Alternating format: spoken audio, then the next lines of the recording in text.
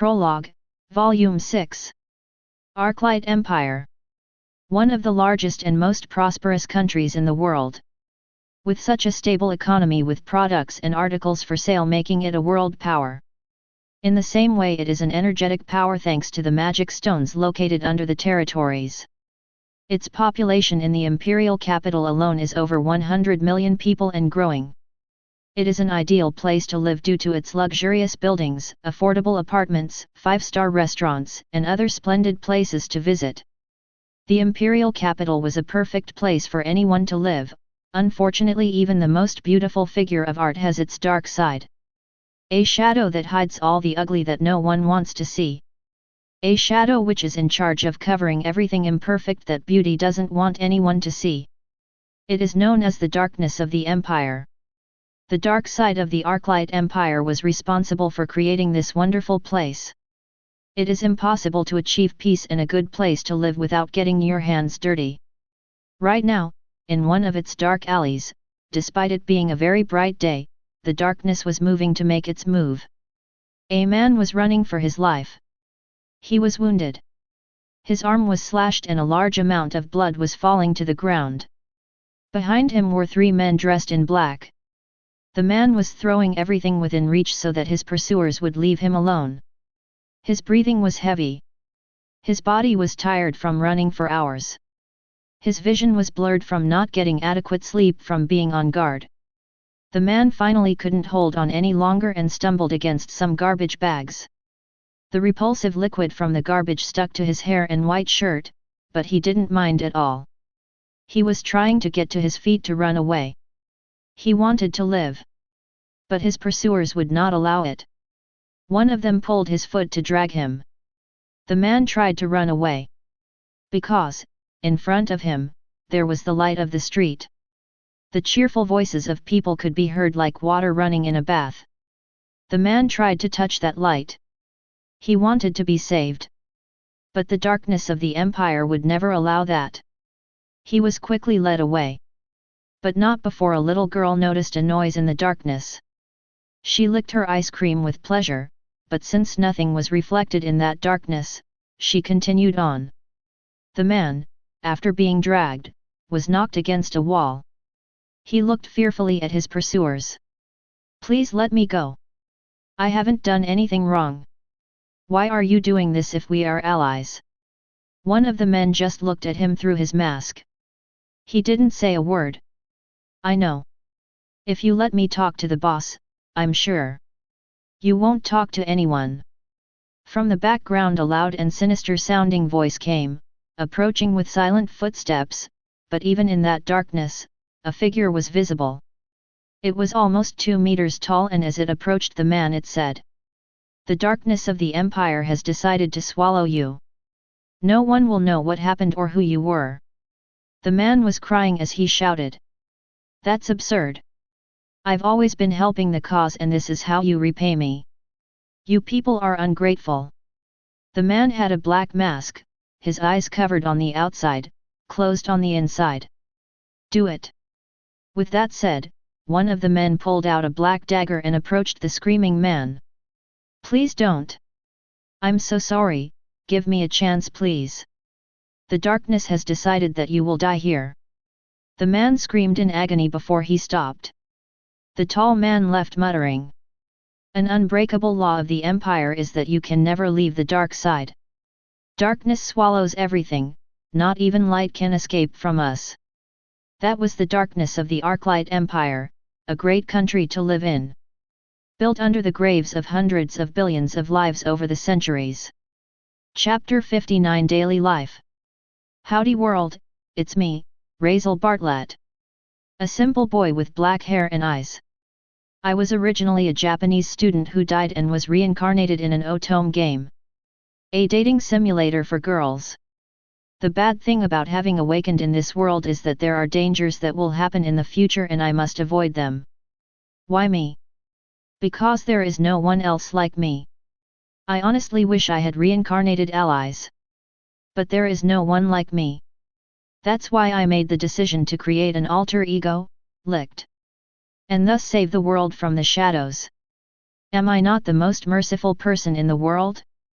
Instead of looking for a place to go and hide for when chaos happens, or knowing about edible plants and non-killer mushrooms for when there is nothing to eat. Shouldn't the people of the future thank me for saving their lives? Well, they won't since they don't know I exist.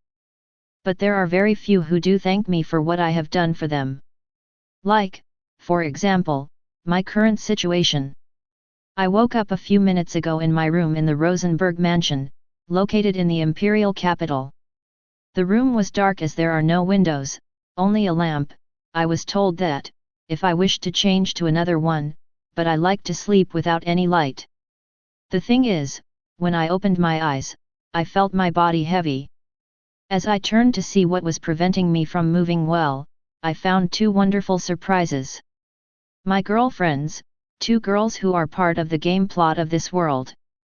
Starting with the right one, a beautiful girl with long blonde hair and teal eyes, my childhood friend Elise von Rosenberg, the villainess of this game. She was wearing a pink pajamas which was very cute. She was hugging me like a teddy bear, her head was on my chest and her beautiful yellow hairs were joining the other girl who was sleeping just like her. Lily, the protagonist of this game. Lily is a commoner who entered the academy by a miracle or something like that, then she met the capture targets and among them the prince. Which was the fiancé of Eli, the duke's daughter. Eli tormented Lily until one day the terrible villainess received her punishment. But when I witnessed the life of both of them I discovered that it was just a stupidity of this world and I acted on my own and altered the order. For that reason they both ended up getting engaged to me and are now sisters in name.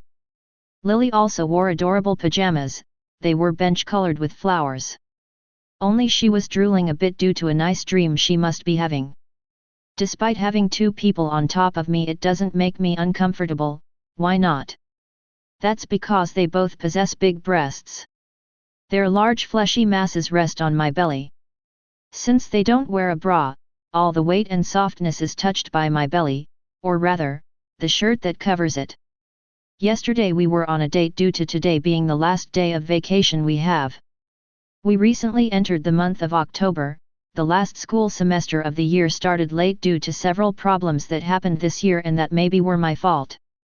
For that reason, I will sleep a little longer. Once I woke up again, my girlfriends were gone. I woke up and changed my clothes and then went to brush my teeth. Normally I should shower before, but I don't want to do it twice. Anyway, I showered before I went to sleep so I don't stink. The hallways of the mansion are long, it's normal to get lost. But I had already walked through the mansion several times so no problem at all. After walking around several times I ran into the servants.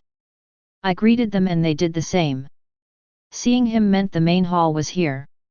Entering, I made my way to the dining room which was a few doors down.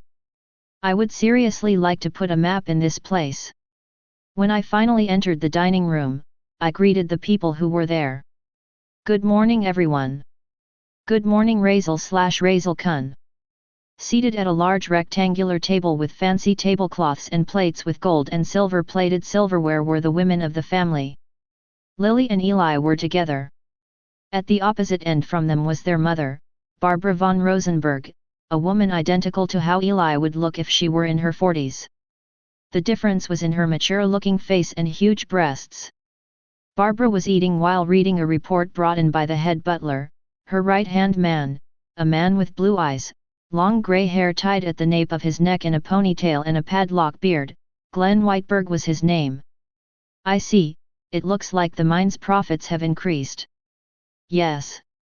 Should I tell the workers that they're increasing productivity? No need to. Sales are going well, besides the mine we don't know how much ore to sell they have, we shouldn't inquire too much so as not to disturb their guardian. True.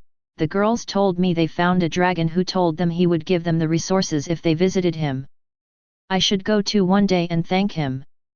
Just as I was about to sit down, Eli stopped me. Razel, come sit with us. Eli lightly touched her palm on the seat next to her. Lily was at the other end so I would be between the two beauties. I went to do so and the moment I sat down. Gotcha! They both shouted as they hugged me. The feeling of having two sweet girls in love with me was priceless. Even more so having their breasts touch me. As I was enjoying this feeling, new people arrived. Good morning. Good mo my tongue. Two other girlfriends of mine arrived. Starting with the front one, daughter of a count, Celia von Algrand. Her hair is light brown with a chin-length bob-cut style, her eyes are turquoise and her pajamas are sexy to sleep in. The bottom is white shorts that fully show off her legs and her blouse is one so short that it fully shows off her belly, marking her large breasts as she stretched out. While the girl in the back, daughter of a marquis and member of the 10 Holy Wizards, Evelyn von Exner. Her hair is light ash blonde, long to her hips, wavy from how fluffy it looks. She usually has her hair tied in 2 braided buns that make her look like a little mouse, with amethyst-colored eyes. Evelyn had a unique secret, and that is that she was a homunculus. An artificial human being. It's certainly a mystery and a rarity that such a thing exists, but I didn't care. She's one of my girlfriends and that alone matters. Evelyn's pajamas were a long blue nightgown. Evelyn and Celia came to sit near us, but before they sat down, Celia came to my side and stuck her tongue in my mouth. This made my other girlfriends startled. Despite the fact that we just woke up, this kiss was a way of showing good morning. After what happened in La Tremont territory, Celia and Evelyn are closer to me. Hey, what do you think you're doing? Eli said as he stood up in a hurry, pointing his finger at Celia. Celia removed her tongue from my mouth and said, "What are you talking about? It's normal to kiss our boyfriend good morning, isn't it? That should be done after the legal wife has her turn." Celia, turning her face away, replied to Eli in a way that mocked her. "Legal wife this, legal wife that. You know, if your man wants to be with X-woman, the legal wife has no authority. So there's nothing to do, right, honey?" Celia in a loving way put her big breasts on my head. It felt really good this. My girlfriends were showing their affection for me. Someone who is supposed to be ugly and a background character in this world. But after what happened with Astria, she must not see me that way anymore. I will die if I go back to the old me, Shishigami Naoto. I said to Eli. Relax, Eli, I'll give you your dose of affection too, so relax, okay? Eli got a little childish as she turned her face away and crossed her arms under her big breasts. Humph. It's only natural since I'm the legal wife. It was a very quiet morning in this world. A boring life that I wouldn't want to change for the world. After breakfast I went to work out in the garden. I worked out a lot. Since after my battle against the ogre hero, I found that my body had grown and my muscle mass too. My face didn't change, but my body did. Since today was the last day of rest before going to school, the girls went to buy things for themselves. I stayed in to relax. I had plenty of time to spend with my girlfriends, so no wonder I wanted to have some time to myself. After drying off I went to my room. But there was something weird, the doorknob was locked wrong. I wasn't supposed to worry about someone coming to steal from me, it's just weird this. As I entered the room, everything was dark. I closed the door and went to bed. Before I lay down I was pushed into bed. The light came on and I wasn't surprised at what I saw. I knew it must be you. He, was I that obvious? Of course you were. The one who suddenly darted toward me was none other than Barbara, Eli's mother, my mother-in-law. Barbara was wearing a very revealing black baby doll, with sensual black lingerie. Her underwear was made of dental floss, behind was a mirror, I could see the large white buttocks she possessed. Her huge, firm breasts were compressed in a bra that seemed to explode at any moment. Barbara and I had a secret lover's relationship as she happened to be jealous of Eli. Her ex-husband ran off to who knows where, leaving the house full of debt. Barbara could not bear the pain and suffering of paying the debts alone, which grew more and more because of the high interest.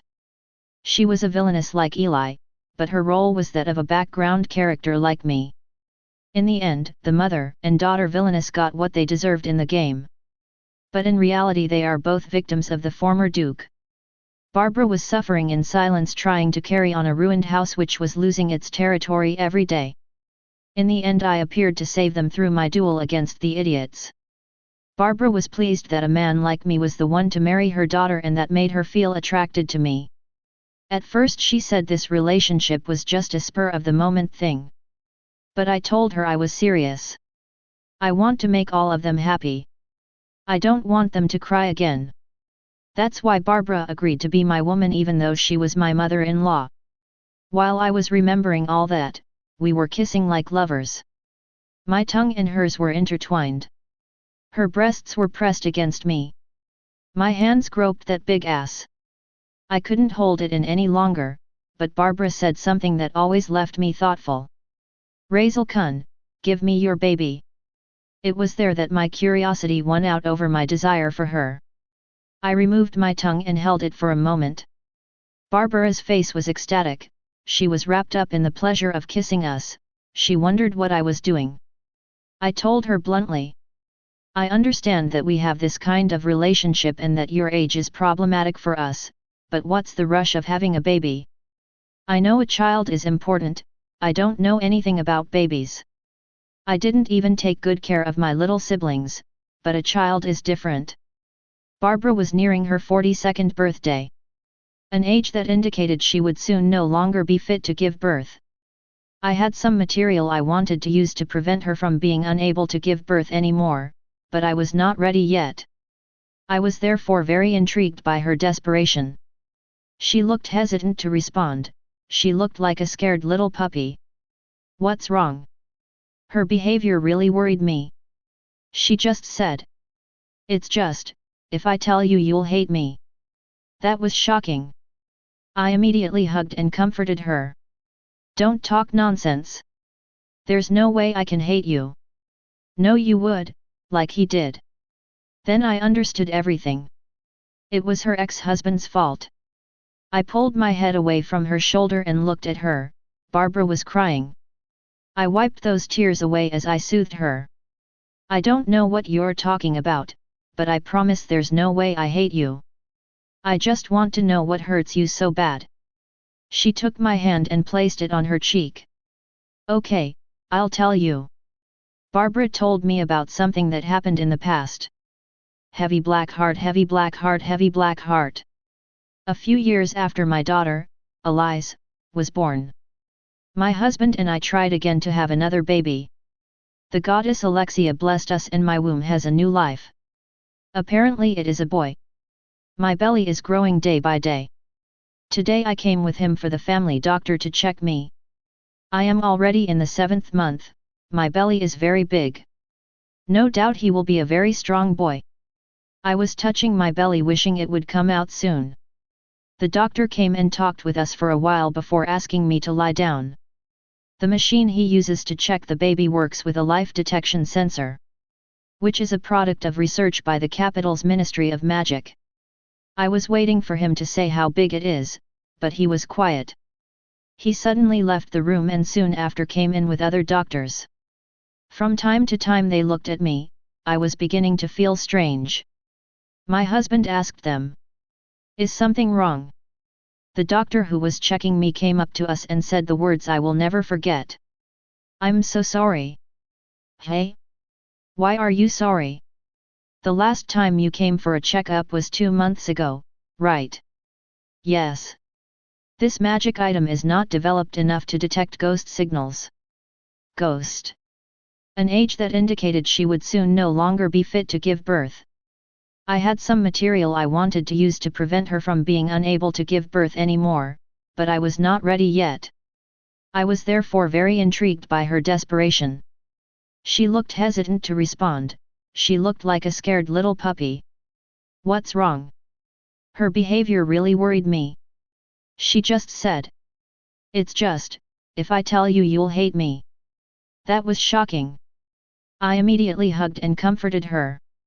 Don't talk nonsense. There's no way I can hate you. No. You won't, like he did. Then I understood everything.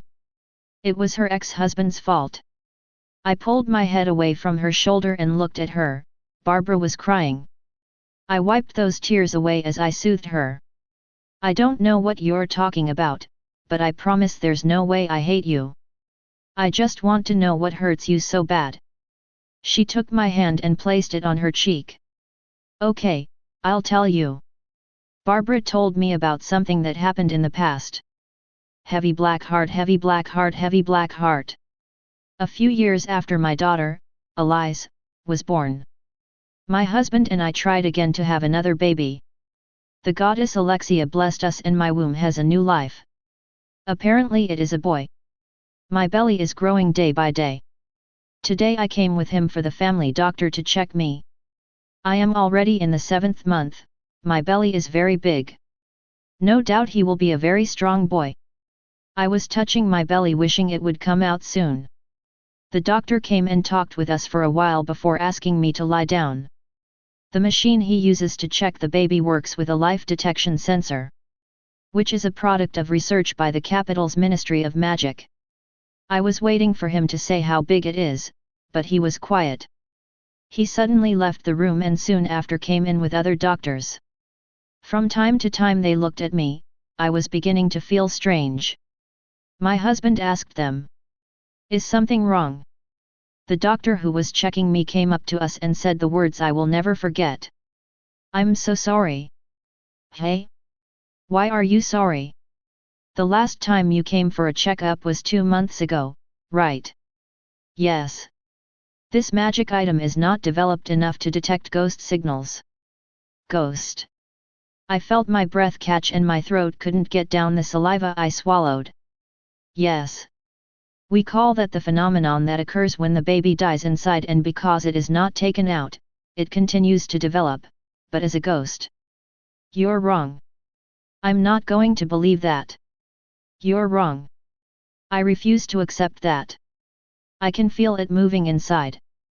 They just want to make me feel like an idiot." The doctors looked at me with a complicated face. One doctor came up to me and took my hand. "I'm so sorry, Duchess, but this is a very rare phenomenon to occur. It looks like the cord got tangled in your neck." "Shut up everyone. I don't want to hear them. Their lies just want to hurt me. My baby can't, this little one can't." My eyes started to get blurry. I refused to accept what they were saying, but the next thing they said was much worse. "It's very painful to tell you this, but we'll have to operate this instant." "Hey? But it's not born yet." "We're sorry Duchess, but being 2 months dead causes putrefaction inside." What did she mean by putrefaction?" "It is possible that your uterus and organs are in danger. We will call healers from the temple to come and assist us during the operation. Quickly let's go." The doctor called the nurses and they came to move the bed. I turned for my husband to come and help me. But his look at me was one of disappointment. "Alvin, why?" Heavy black heart, heavy black heart, heavy black heart. It had been weeks since that. I was a little conscious when I had the surgery. I could see him with one of my eyes open. I cried a lot. But so much, that they say I suffered a cardiac arrest. The doctor told me that my uterus was serious, that I should take some pills and in a few months I will be able to try again without any problem. But I have been in bed since the day I left the hospital. I don't want anything. I just want my baby. My husband only came to see me once to say, "Your mother said you had to do something during that time.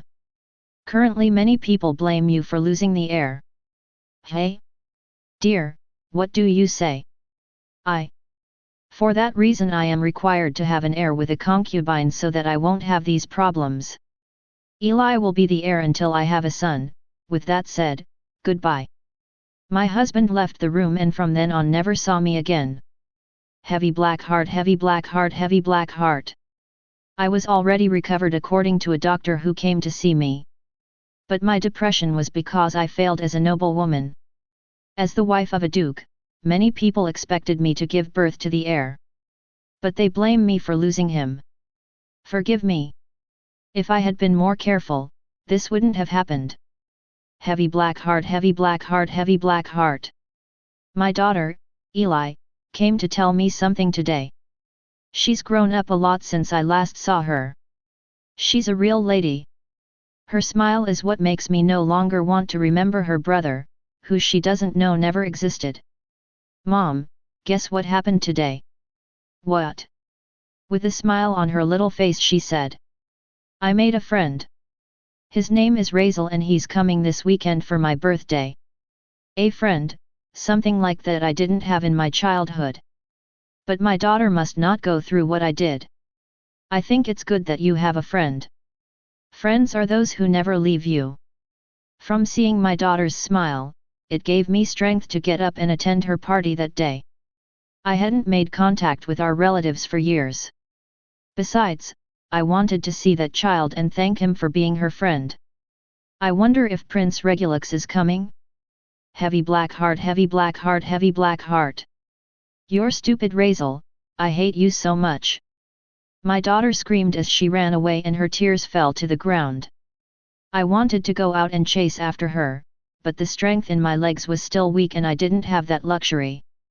I just stood there, as I listened to my relatives talk about my daughter.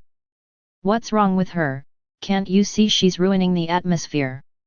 Let her be, she's that woman's daughter for a reason. She really is an uneducated brat, coming from that woman I'm not surprised. I bit my tongue out of frustration. I looked at my husband for something to say to them, but he just gave me a dirty look as if I was responsible. He turned his back on me and left. In the end, I was left alone. Heavy black heart, heavy black heart, heavy black heart. I told everything that happened to me since that day to Razel Kun. Including how much I suffered because of the debt, thinking what should I do?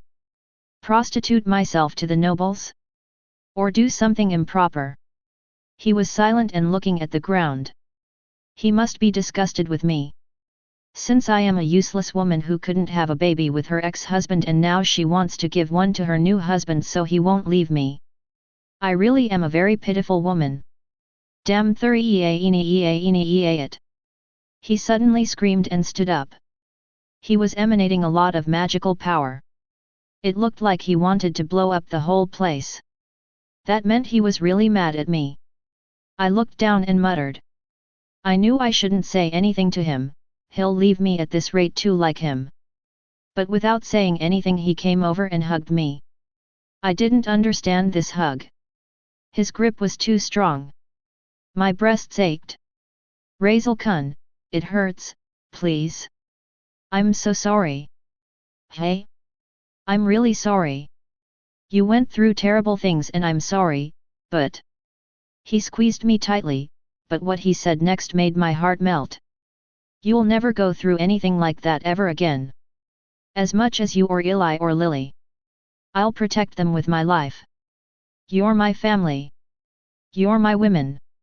You're the future mothers of my children. That's why.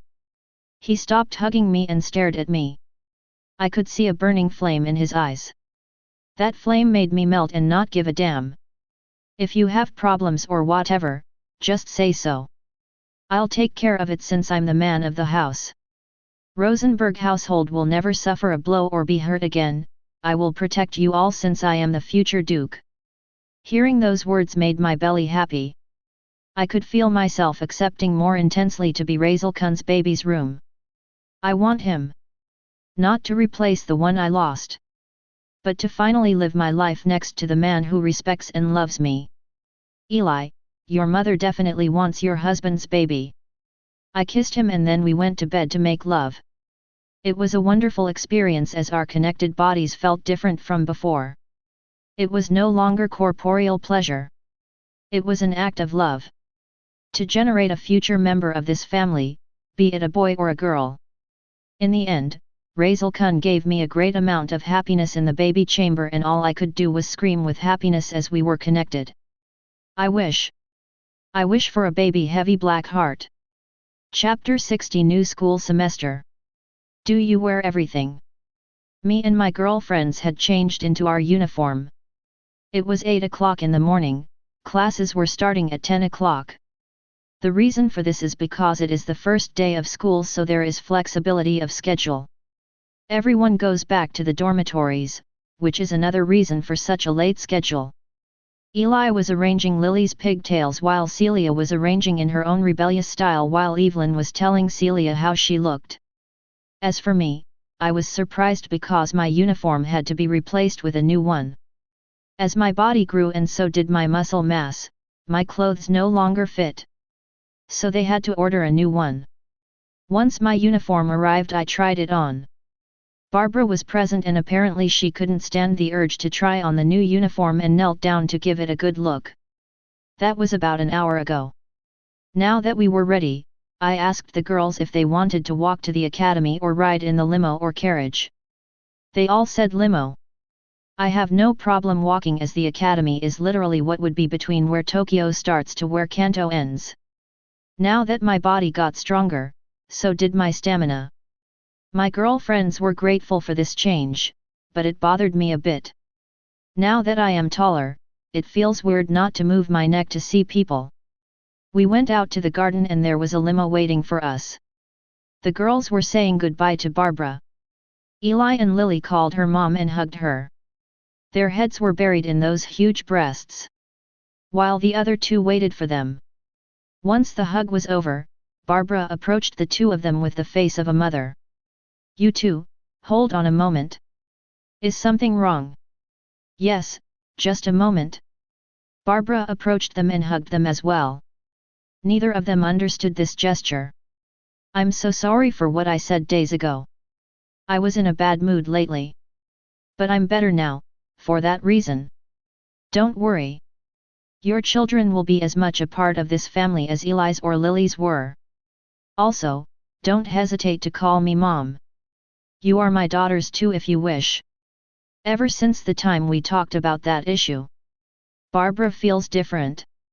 We all got into the limo and said our goodbyes. We watched the streets as we enjoyed our ride to the academy. Holding my arms were my girlfriends, the protagonist and the villainess. They enjoyed being with me more than doing anything. Celia and Evelyn were also watching the cityscape. No doubt the capital is a good place to live. Today I am pleased to welcome you again, dear students. When we arrived at the academy, we went to our respective rooms to leave our belongings. In my case there was a problem. As I was the heir of an upstart baron, I had to take a room in the dormitory where the barons are. But now I am my own head since I was promoted to count. That got me upgraded to be in the same building as the sons of prestigious families. Since Lily was a commoner, her room didn't change, but thanks to Eli, last semester she filed several complaints about how her younger sister was, so they had to move her to the room next to her. As a curiosity, the girl who was in the room next to Eli mysteriously left the academy. Once we left our belongings, we went downstairs to go to the garden in the center of the academy. All the students were gathered and some were still arriving. When I got to a very comfortable place to be with my girlfriends, I ran into two people I hadn't seen in a long time. My friends, Derek Larkin and Cliff Easton. Derek is a boy with healthy brown skin and broccoli green hair. His height is medium and his body is very slim with a rare smile. While the boy next to him was one of short stature with a bowl cut and pale skin. That was Cliff, who always presumed to be taller than me, and now things were reversed. As I arrived in front of them I greeted them. "Hey guys, how are you?" Upon seeing me, they became guarded, they didn't know how to react and just ignored me. Of course, my appearance changed and they don't recognize me, so I will show them that I am the real me. What's with this lack of greeting? You haven't seen me in a while and this is how you guys react. Mushroom head and soup head. They reacted to those insults. Hey? The only one who calls us that is Razel. They both shouted as they pointed their fingers at me. They couldn't believe how I looked. It was understandable. I showed off a little to my friends. Juju. That's right, it's me. Nice to see you guys. Cliff and Derek came up to me and started kicking and poking me to see if my body was an illusion. It hurts, damn it, stop doing it. No way. Cliff shouted since he was no taller than me. I put my hand on his head and with a smile said. It's called karma, little guy, he he he. I teased my friend who couldn't believe I was any different. While chewing on his uniform, Derek in surprise asked me. How did that change happen to you? I really don't know how to tell them, so I'll lie. You know I was forced into going to a war, right? Well, there was a guy there who cast an ancient spell on me and instead of killing me it turned me like that. They didn't seem to believe me, but the truth is even crazier. Eli and the others arrived. Good morning guys. They greeted them. As usual, these guys acted shy and reserved, plus they were afraid of Eli since she is a duke's daughter. Good morning, Miss Rosenberg. I really don't want them to think she's scary just because her status is sky high. Even Eli doesn't want to be treated like that, she wants to get along with my friends. Only Lily can talk normal to her, but she's very beautiful so her beauty makes them idiots. Understandable. The principal came to the front along with the other teachers and projected a magical hologram of his head into the sky. He started talking about things that did not interest me. After all, since this is an Otome game world, it's normal for the academy to just be the excuse for romantic events. For example, right now we are entering the last semester of the first school year of the Prologue. I'm really scared, you know. I only had 2 years to eliminate 70 to 90% of the dangerous events as enemies. I haven't even eliminated 10% of them. I certainly meddled with several events. But those events are those that happened after the time jump and it was good to have deleted them, but it's just a small portion of them. But with what Astria, the vampire queen said. I feel scared. Apparently my real enemies are not the demon kings or the dark knights, but some specters that are related to the deadly sins. This situation is really a pain in the ass. I feel confused. Eli was tugging at my shirt, I looked at her as I was lost in my thoughts. Hey, pay attention on this, it's important. I heeded her and focused my motivation on listening to the principal. As you may know, many strange events happened this year, which have caused the academy to have to correct its schedule several times. I was sorry for that. But we teachers will not give up on your education. For that reason, we modified the schedule for this semester. Exams will no longer be given as they normally were, but will be modified so as not to leave any missed school events. Excuse me? The other students didn't seem to understand what he was referring to. No problem if you don't understand, I'll explain it to you anyway. You see, this year the school festival had to happen 2 months ago. Since it didn't happen, there is no choice but to change our settings. So, instead of exams, the school festival will be your exam. The school festival. A very cliché and generic event that tries to strengthen the love bond between Lily and the capture targets. I find it extremely stupid that they do this. So the classes today will try to explain to you what you will have to do and the grading system. Before I finish, I'd like to say a few things. The first is that, for seniors, you will not be exempt from going to the Ministry of Magic at the end of the month. Talk to your teachers in charge about the area of interest you wish to learn. What does the ministry have to do with any of this? Eli seemed to understand that I had no idea and explained. All seniors are required to visit on a trip to the Ministry of Magic, where they will look to see if they wish to work there or as palace officials or devote themselves to their territories. Oh, I see, that wasn't in the game. Thank you. Not at all. If my husband doesn't know something, it's my duty as the wife to explain it to him. Eli puffed out her big chest with pride as she said those things. I'm glad to have such a hard-working wife to be. The principal was still talking. As a last point, a stricter curfew will be put in place. We let your families know in advance so we won't get your complaints. The students were upset, some did not understand this either. Again the principal proceeded to explain. Ahem. For those who live far away from the capital you must not know this, but for weeks now, a wave of mysterious murders caused by the wanted criminal. What he said, made my eyes widen and my mind stop. Licked. Who has been taking the lives of nobles and knights at night? The palace has been sending more knights and beefing up security at night, but the capital is very large. Catching it won't be easy as we don't know if it has accomplices. With that said, to conclude. Fear not, my dear students. As long as our country is blessed by the goddess Alexia and the gods Kales and Abos, our country will never feel fear.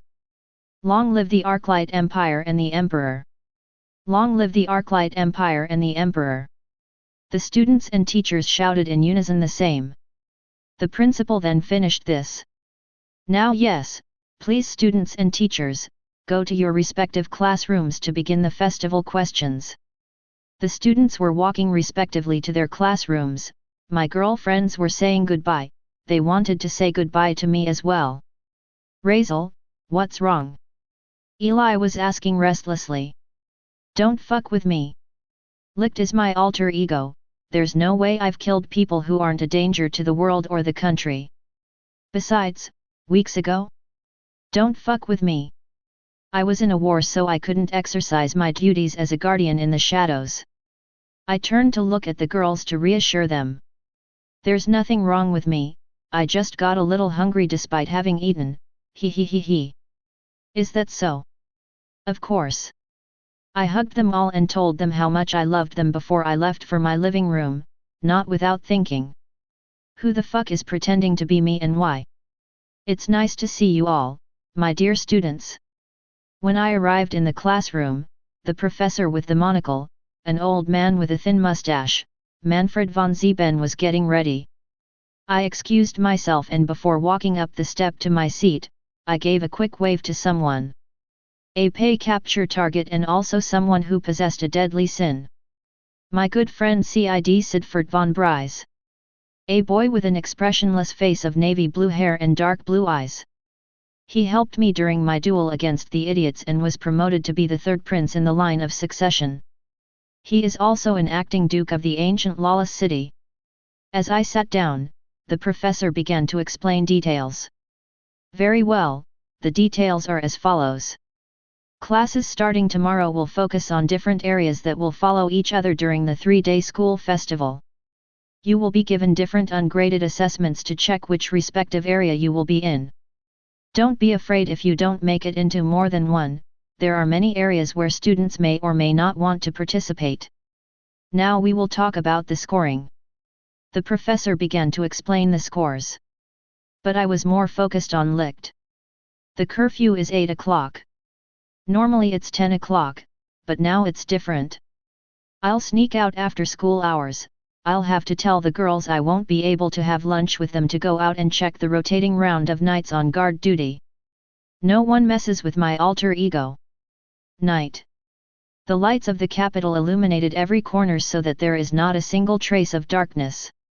After easily escaping the academy, I changed into my Licked attire. A jet black coat with a hood, all my clothes were black. A mask with which I can hide my face. Thanks to the material made, my body accommodates easily. Maybe I researched the use of slime to make money? I jumped between the rooftops so no one would see me. The knights were standing guard. I approached them from a position where no one could see me. That's right, I was going down the walls by using my magic attribute, electricity, to stick myself against the wall.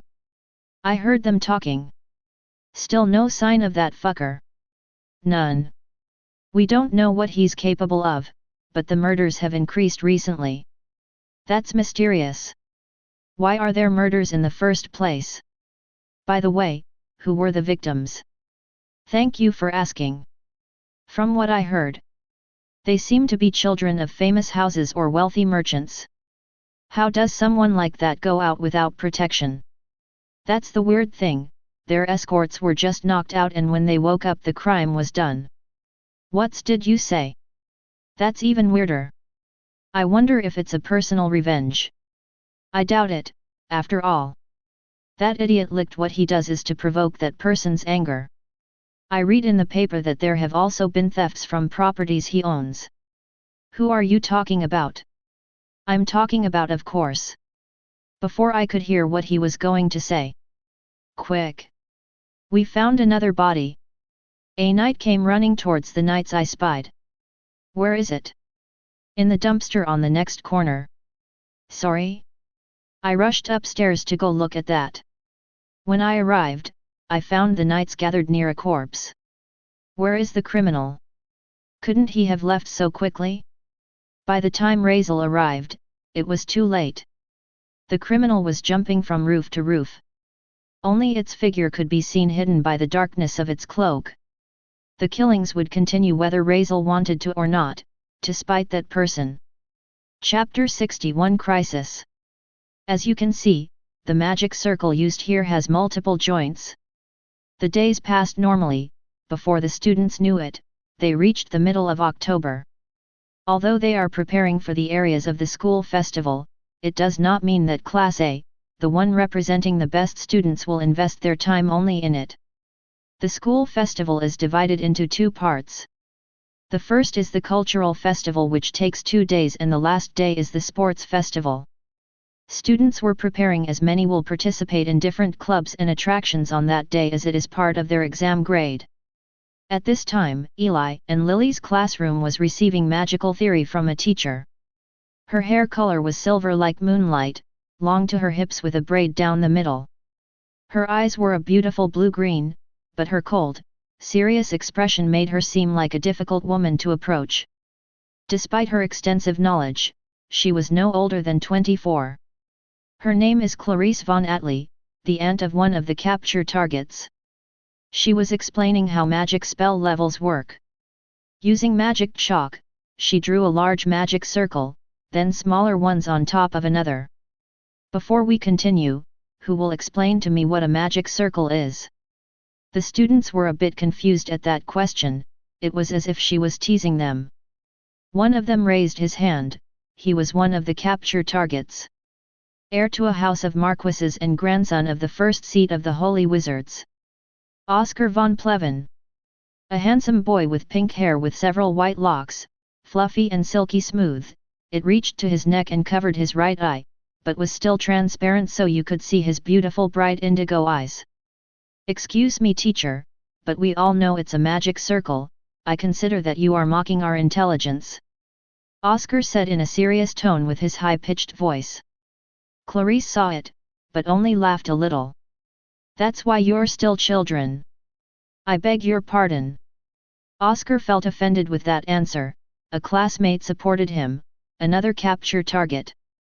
The only male and heir to not only one of the former 7 dukes of the Empire, also son of the number 2 seat of the Holy Mages. Jake von Fitzclarence was. His hair was a wavy fire red that covered part of his ears. His eyes were bright blue with a look of extreme confidence. Teacher, I agree with Oscar. I think you're making fun of us. Despite Jake not being sarcastic, his tone seemed to be. It didn't help matters that his tone of voice was very coarse for someone his age. Clarice also burst out laughing when she heard Jake. The students didn't understand why the laughter. But someone slowly raised their hand. It was Lily, who was standing next to Eli.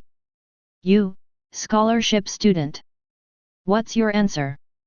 Lily in a very shy tone of voice said. Magic circles are formulas we have in our heads and we materialize them, right? Hey? That's... Exactly. Clarice shushed Jake, who seemed to want to tease Lily just as it happened on her route. Clarice walked over to the circle with the magic chalk and moved it so that it was in a facing direction with the students. Listen carefully. I know you all know it's a magic circle, but why do we call them that?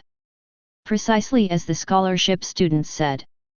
Because we memorize the knowledge of the runes it has written on it to connect the mana circuits to get the magic element in the air and in our body to react in a chain.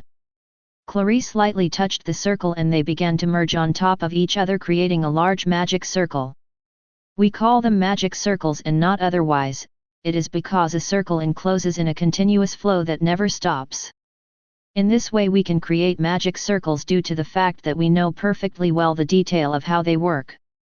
Teacher, but in my case I don't need to do it. Who interrupted Clarice's explanation was a deep-voiced boy, another capture target, Belange von Fraser, heir son of a count. He was very tall, muscular, tanned skin, his hair was combed back, some ends rising showing a wild appearance, the color was black with golden lines and light brown eyes. Belange continued speaking in a tone of superiority. Since I was a child I managed to activate my magical attribute without the need for a magic circle, doesn't that make me smarter than you? Belange's arrogant tone was normal for someone like him. Since his configuration was of the stereotypical muscle brain. Clarisse didn't get angry, she answered him like she would any student. It is as Fraser-kun says. There are people who develop the ability to without the need to create a magic circle can activate the spell and faster, but... Clarisse quickly activated a magic circle under Belange when her hand touched the table. But magic doesn't reside in whether you are better at it than others. It resides in whether you are smarter and able to use it against others who are superior to you. For example, the wizard god, do you think they call it that just because they do? Just because you are talented, doesn't mean that someone else can't defeat you, or am I wrong? At that sentence, 5 people looked to the opposite side and clicked their tongues. The only one of them giving glances between the teacher and her classmate was the main capture target, Regulus von Briese, the former third prince of the Empire and future White Knight. Regulus Lux was an extremely handsome boy, silky blonde hair that reached to the nape of his neck and covered his ears. Beautiful emerald green eyes with a slim and well-trained body. To everyone's surprise but what no one knew, is that he is a reincarnated as Razel. He was responsible for preempting the event of the villainous end and not only preventing Lily from making contact with the other targets, he also lost the ability to establish a relationship of any kind with her such as his position as third prince, which his half-brother Cid now occupies. Lux was irritated as he remembered how he lost, not in battle yet in the palace. He was stripped of every luxury he had and is now just another prince.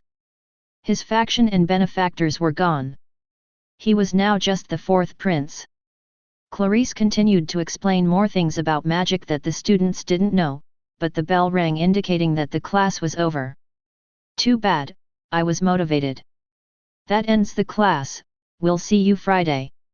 The students were pleased that Clarisse's class was over, she has a reputation for being very strict with her students and very advanced classes even for teachers. Before everyone left, she stopped one student. Please hold on, we need to talk. He was with Regulus's group. He was the last target for capture, a boy of short stature, his face was very expressionless which matched his skin was pale as the edge of a sword. His body was toned, though slender. His hair reached below his shoulders, the color was ash gray. The back middle part was tied in a small braid. His beautiful, crystalline blue-green eyes showed no sign of interest in the collar despite the fact that they were related. To him, Lambert von Atli, the future sword saint, his aunt was someone irrelevant. If you have something to say that is personal you can do it on weekends. Lambert's cold tone showed he wasn't interested in seeing or talking to his aunt, beyond taking lessons. But Clarisse insisted. This is an order as your teacher, stay as we need to talk alone. Lambert clicked his tongue and Regulus sighed.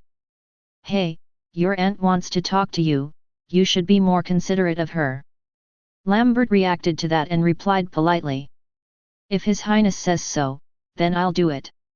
No, no, no, no, it's your family, you should pay attention to her and not because I say so. We'll wait for you outside. Regulus grabbed Lambert by the shoulders and placed him close to his aunt, then walked out along with the other targets. He closed the door and they were left alone. An awkward silence engulfed the room due to Lambert standing there watching her. Clarisse on the other hand sat down and left her work mode. You really are very difficult to engage in conversation. Sit down. Lambert grabbed a chair from a desk and dragged it close to the desk where his aunt was sitting. Clarisse crossed her legs revealing her pantyhose in her long skirt. How are you feeling? Since you came back from the lawless city you've been taking pills, haven't you? I feel fine, the doctor said I don't need them anymore. I'm glad to hear that. Although Clarice is never seen smiling at work and always passes by with a straight face, it is because she does not relate her work to her family or personal matters. Clarice was different from the other girls because her father never sent her to the academy. Instead of sending her to a place where she could interact with different sons of nobles, he sent her to the Temple of the Three Gods. From the age of 8 to 14, she studied the teachings of the goddess Alexia for 6 years. There, under the care of the nuns, Clarice was studying from 15 to 20 years old everything that had to do with magic and politics. Her father passed away recently and her older brother was appointed the new head of the house. At 21, Clarice went to work for 2 years at the Ministry of Magic where the wizard god himself said she could use her knowledge for future generations, giving to her current situation. To prove that she was more capable than they imagined, in half a year she managed to become vice principal. No doubt Clarice was a hard-working woman. But there was something else she enjoyed, and that was hanging out with her nephew. She rarely got to see him. At the time, Lambert was a boy and Clarice tried to be a charming big sister to him. But after learning what happened at the duel, she became angry with him, ending up in the current situation where he considers her a nuisance. Whenever Clarice would ask Lambert about how he was doing or if he was in trouble, he would answer in a short and brief way. Clarice knew something was wrong with him, but he was very closed in his emotions. So she decided to touch on a sensitive subject. "Tell me, Lambert, are you still thinking about that day?" Lambert looked at her at last and asked. "What do you mean?" "You know, about the duel. Your dream." Immediately Lambert stood up very upset. The reason for that discomfort was because Lambert dreamt that he was defeated by Razel. On the day of the duel Lambert had wounds caused by someone, but since Xerxes was present that day they all assumed it was the monster's fault. But Lambert felt that those blows on his body were provoked by a person. Then came his trip to the lawless city, where he was defeated again and felt he saw Razel. That led to him developing stress resulting in him taking pills. Lambert feels he lost to Razel despite being told it was a dream. But to him, it would not seem strange considering he heard that the Emperor appointed him as the Black Knight, promoted to A-rank adventurer and account. Such a promotion and appointment is not given to someone just because. To make matters worse, Razel was rumored to have killed a dragon, an ogre, and one of the Dark Knights. For Lambert, who aspires to be a sword saint despite being one of the 12 candidates, Razel is an existence that walks leaps and bounds above everyone else. He instantly recognized Razel when he saw how much he had changed the last semester. Razel was definitely an existence that destroys all the logic Lambert knew. For that reason, he became annoyed with his aunt and left the room without turning to look at her. "Lambert, wait, I didn't want to." He closed the door very loudly and left with brusque steps. Clarice regretted asking that question. Lambert's friends were waiting for him near a pillar. When Lambert passed near them he stopped. Regulus asked him, "Did something happen?" He quickly tried to return to his cool, calm personality. "Nothing really." But his heart was still beating very fast. The 5 of them were going on their way when Jake said, "Oh? That's Razel over there, isn't it? He looks a lot different than I remember him." The 5 turned to look and Lambert was annoyed to see Razel, who was totally different from before. Razel was standing next to his friends and their girlfriends laughing. Lambert thought as he clenched his fists. "I won't be ridiculed by someone like you. On the day of the sports festival, I will defeat you so I will never think of your existence again." Lambert had developed a rivalry against Razel which, for some reason, only existed in the reverse harem route as he did not want to lose Lily's affection. Chapter 62 Preparation. "So, what shall we do for the cultural festival?" The break came and the capture targets sat at the same table to eat. Belange had food on his plate that was meant to enhance his muscle mass. Oscar ate healthy and balanced food. Jake possessed sweets and soda while Regulus and Lambert had the same type of lunch, which was chicken croquettes with sweet and sour sauce and black noodles. They were at first talking about trifles, then Oscar came up with something he had forgotten. The other four shared his opinion. That's right, I heard that the other classes are already preparing, replied Regulus as he chewed. The dining hall was bustling with all the students and teachers enjoying their meals. Belange was shoveling large amounts of food containing thousands of calories into his mouth, but to his body that was nothing. He commented as he spit his food at Lambert. Does it really matter if we do something? He swallowed and kept talking. We're getting ready for the real show and not wasting time on nonsense. Jake refuted that. That's why a muscle brain will always be one. Thank you. It's not flattery. After that rant where Jake almost hit Belange, he corrected him. We're the only ones who still don't have anything prepared according to our classmates who don't know what to do. That's bad, we'll be the only useless ones. Don't lump His Highness in with you. We're all in the same bag too. Don't compare me to you. Idiot. The oddly comical number of capture targets was natural to the game, so their jerkish behavior was normal. Regulus commented. I think we should do something, after all, it would be nice to make good times memories of the academy. Besides, in my previous life I was never able to attend one and I'd like to know what it feels like to walk around with friends. It was Oscar who was replying to Regulus that said. In that case, we should go talk to the class delegate. Regulus showed a very idiotic face when he heard that. We have a class delegate. Yes. It's Elise from Rosenberg household. Regulus's calm expression distorted like a slowly deflated blow-up doll. I don't want to see Elise after what she told me. Besides, Lily is always with her. I've tried to fix our situation, but she either ignores me or tries to pretend to be called by someone. At this rate, I'm really afraid the bad end will come. Regulus knew he messed up his relationship with Elise and Lily. If he hadn't been a jerk, right now the villainess and the protagonist would be his women. But that never happened and never will. The fate of the world is in danger. That's what Regulus believes. But Razel also thinks Regulus and the other targets are important for the final battle. Both are caught in a loop of danger that will not be resolved. Oscar kept saying. Jake and I already apologized to her, so she seems to be talking to us, but for you guys I don't know. Belange said.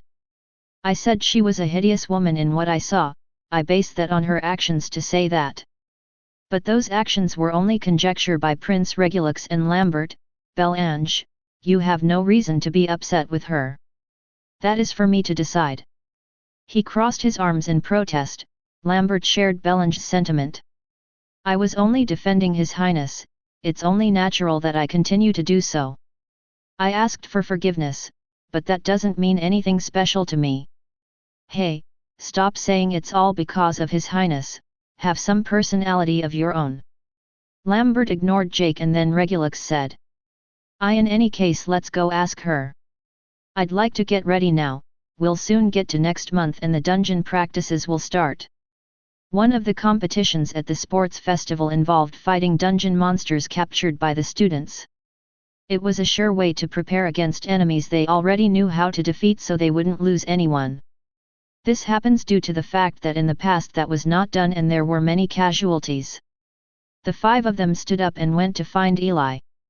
Once they found her, they saw that she wasn't alone, Lily and Razel were with her, they approached anyway. Hello, Elise. Regulus greeted Eli, who was happily eating lobster dipped in butter. Lily was also smiling as she ate from the same plate. Razel on the other hand had a plate of fried chicken wings. The three of them turned to look at the five of them. Razel's expression turned nasty when he saw them, while Lily's became like an empty shell. Only Eli acted polite in front of them. Good morning Your Highness and other important young men from prestigious families. Jake commented on Eli's greeting. Rosenberg, that sounded so fake. Eli for a moment darkened her gaze, but the light in her eyes returned instantly and her tone of voice was polite as always.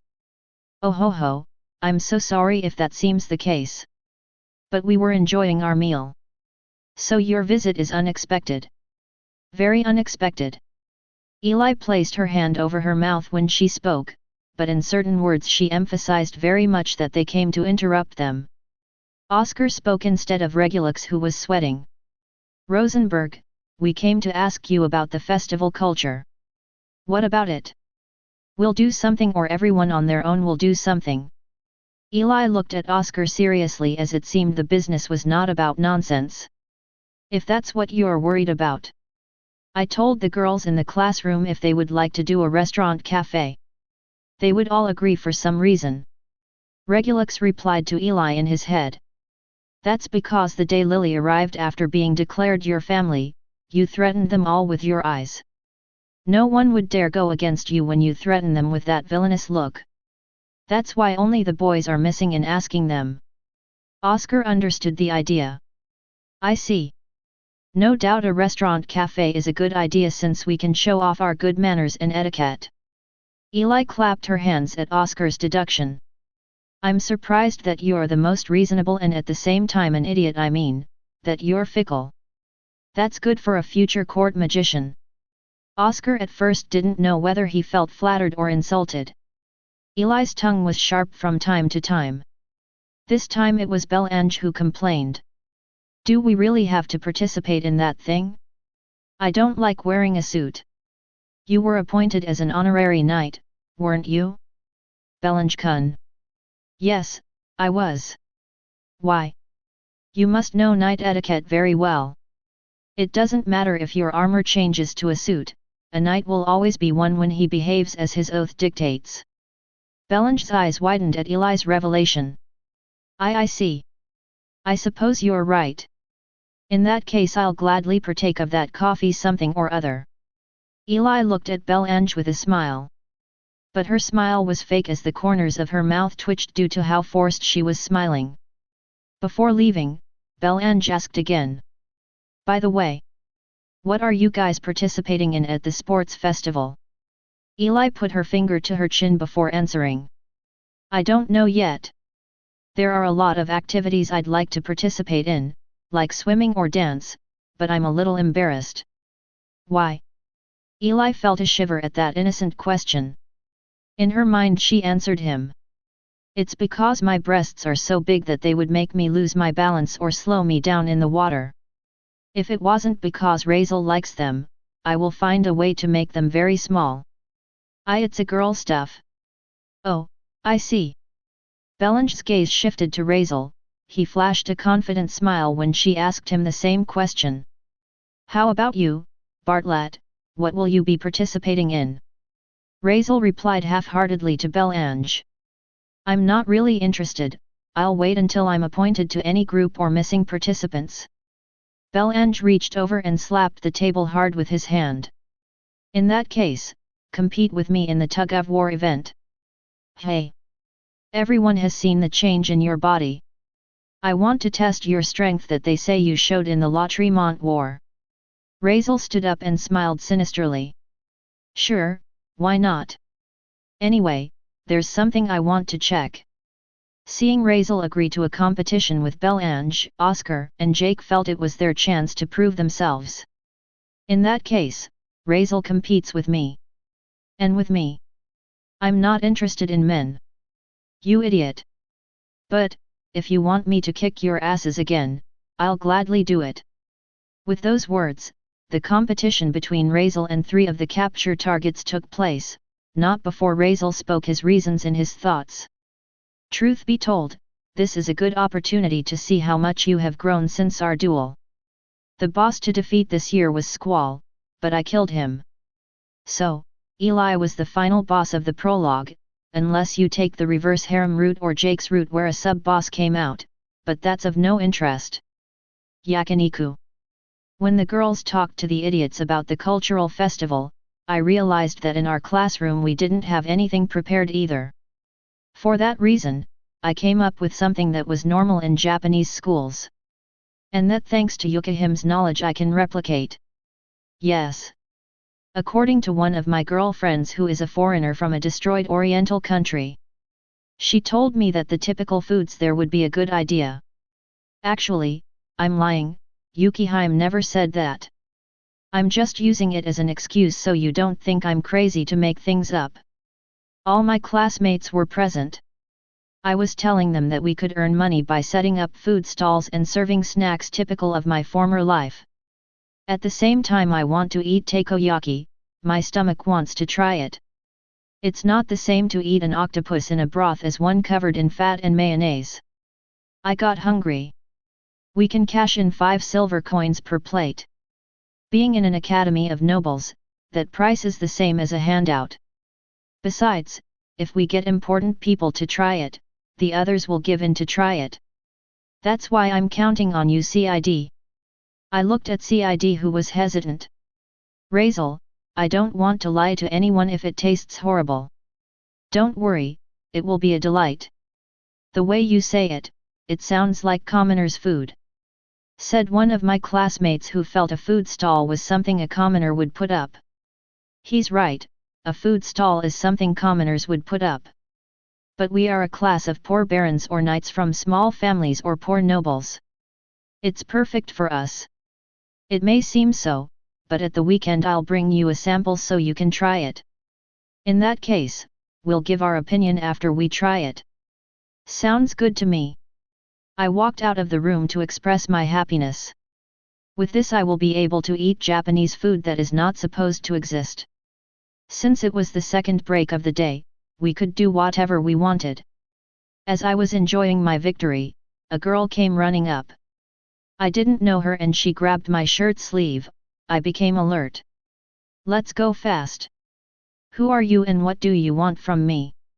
I have no idea who she is. What do you want me to come with you for? She looked exalted by her breathing. The commoner girl, the scholarship student, is your mistress, isn't she? Why are you mentioning Lily? Come with me quickly, she's in danger. I don't know if it's a trap, but I won't let anything bad happen to Lily. I don't want to. Are you really refusing what a noble says? I'm sorry, but no. Insignificant commoner. When I arrived at the place indicated by the mysterious girl, I found that there were 2 people in the center of a garden in the eastern part of the academy. Some boys and girls were looking at the situation with panicked looks. It was because Lily was being bullied by a boy. He was very tall, looked to have a good physique, his hair was combed all the way back and reached to the nape of his neck, a rugged look gave his orange hair and his brown eyes a menacing look. To make him more stereotypical of a juvenile delinquent, his ears were pierced and his skin had a light tan. As I approached the guy, I acted in Lily's defense. What's going on here? Razel-kun, help!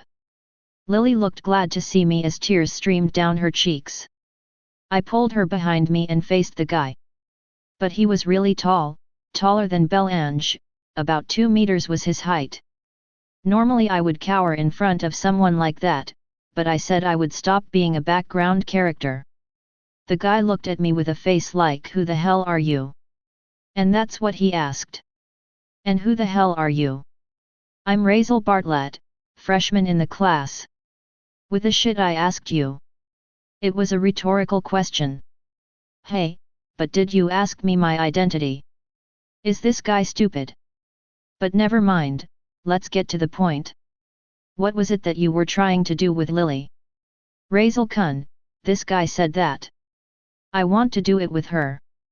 When I heard that, immediately a killer desire ran through my body. She's the rumored commoner student, isn't she? I was never aware of her existence until I saw her lightly strolling around here. His face made an overly unpleasant expression. Her breasts are very large and firm, her ass looks the type that should be soft to the touch, and that sweet voice of hers is good for squealing like the pig she is.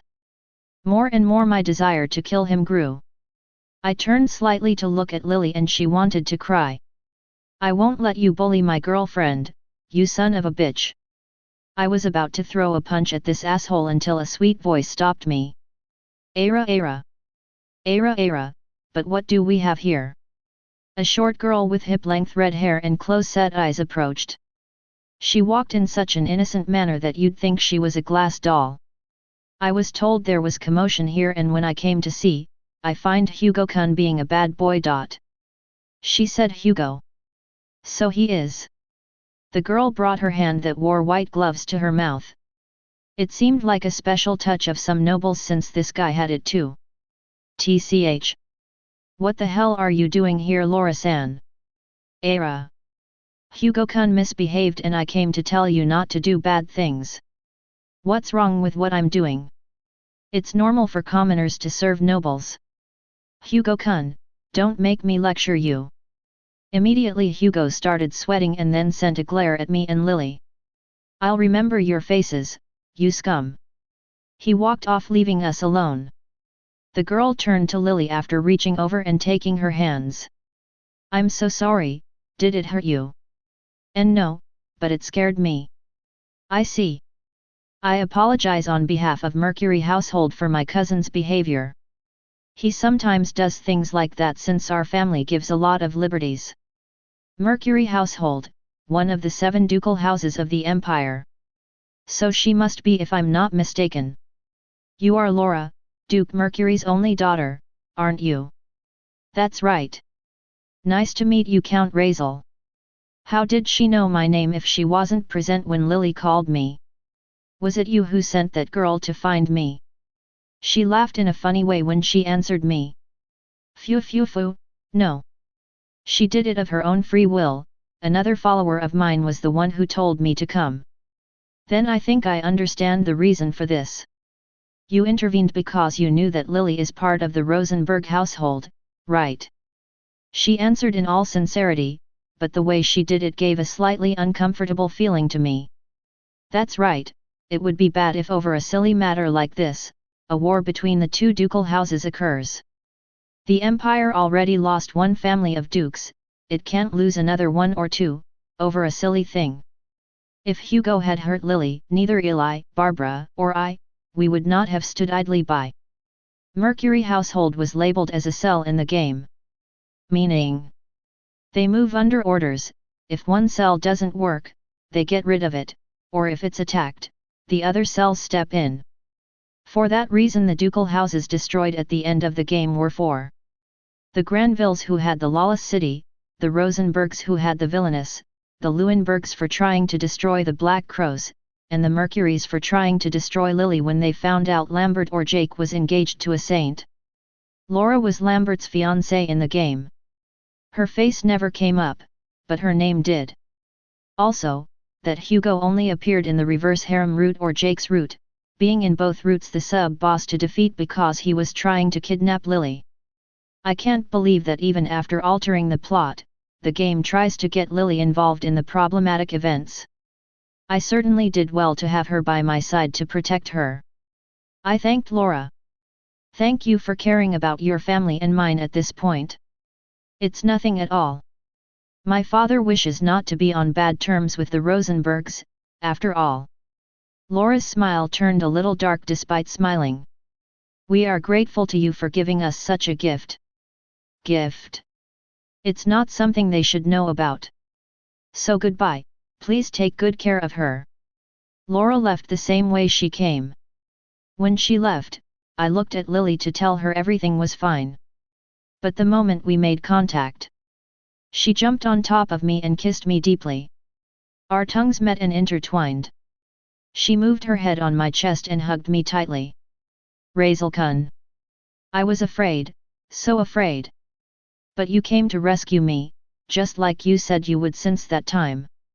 She refers to when I went to rescue her from Squall. I was scared, but when you stood up for me, it calmed me down, you really made me fall more in love with you. Again she kissed me again, I stroked her head to reassure her. It's okay, nothing bad will happen to you. I swore that I would protect all of you, I won't let anything bad happen.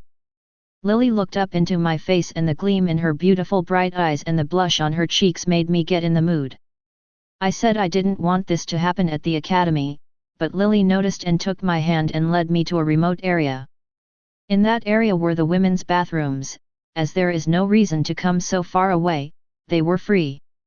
Lily pushed me into one of them and then sat on top of me.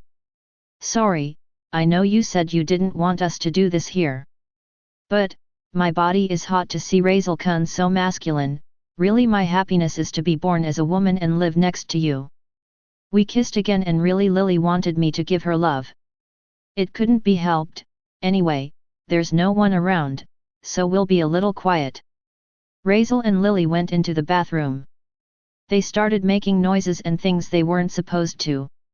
No one was supposed to hear them since they were alone. Or so they thought. They didn't check that one door, precisely the one on their right side, was closed. There was Clarice. She came to the east side to make a report since the teacher's lounge is close to the garden where most of the students gather. As she couldn't stand it any longer, she went to the bathroom. Then she heard someone come in and make obscene sounds. She was shocked. She placed her ear close to the wall to hear better what those sounds that sounded like moaning were. But she was startled when a female voice shouted. "Huh? Is this what my classmates were saying?"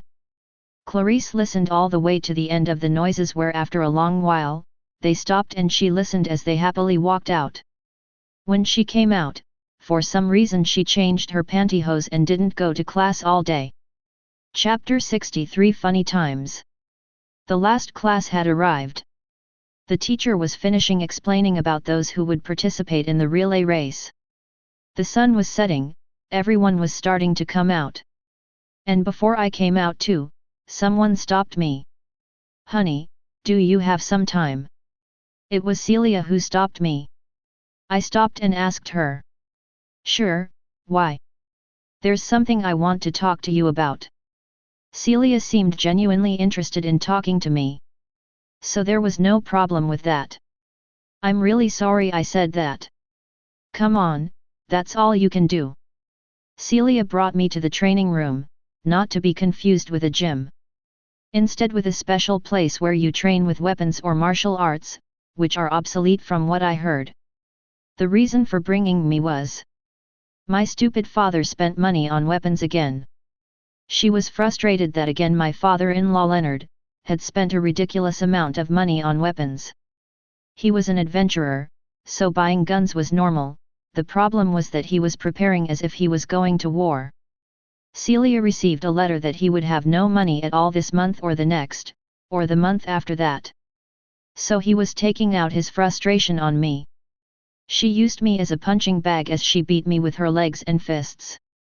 Despite the fact that he knows we still live in an apartment, he goes and spends money. I want to own my own home and not have the princess brag about her properties to me with that spoiled rich girl smile. She does that. Come to think of it, she was originally all spoiled rich lady when we were kids. I guess deep down that little girl is still there. We had been in here for hours. Celia was drenched in sweat, and if it wasn't for me activating my blood, a type of vampire virus I got, with which I can enhance my physical abilities, I would be on the floor convulsing. It seems that Celia finally got tired. She stopped hitting me and put her hands against a dummy to support herself. Her breathing was so heavy she looked like she was going to have a baby. I am so sorry, honey." Her usual state returned as well. I removed the bag I had around my waist in which she was beating me. I spoke to her to confirm if she did not wish to hit me again. "Are you better now?" "Why yes. Sorry about that ha. Her breathing, for some reason, was a bit erotic.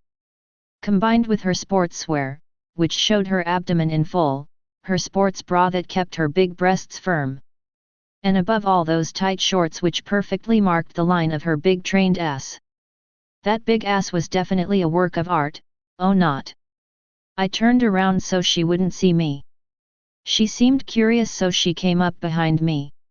"What's the matter, did I hit you that hard perchance?" But she noticed the way I was putting my hands and smiled in a mischievous way. "HOH." The expression on Celia's face was one of a very playful one. She reached around me and with one motion pushed her butt towards me. The movement made me fall down as the blow from that butt impacted in a place it shouldn't have. Celia approached me and sat up abruptly. Her face was getting close to mine and she said, "You know, I heard about what happened today with Lily. I liked how you showed that you care about us, so I'd like to give you a reward that no one else but you can have." It's also a way to show how much I appreciate you for being my relaxation toy.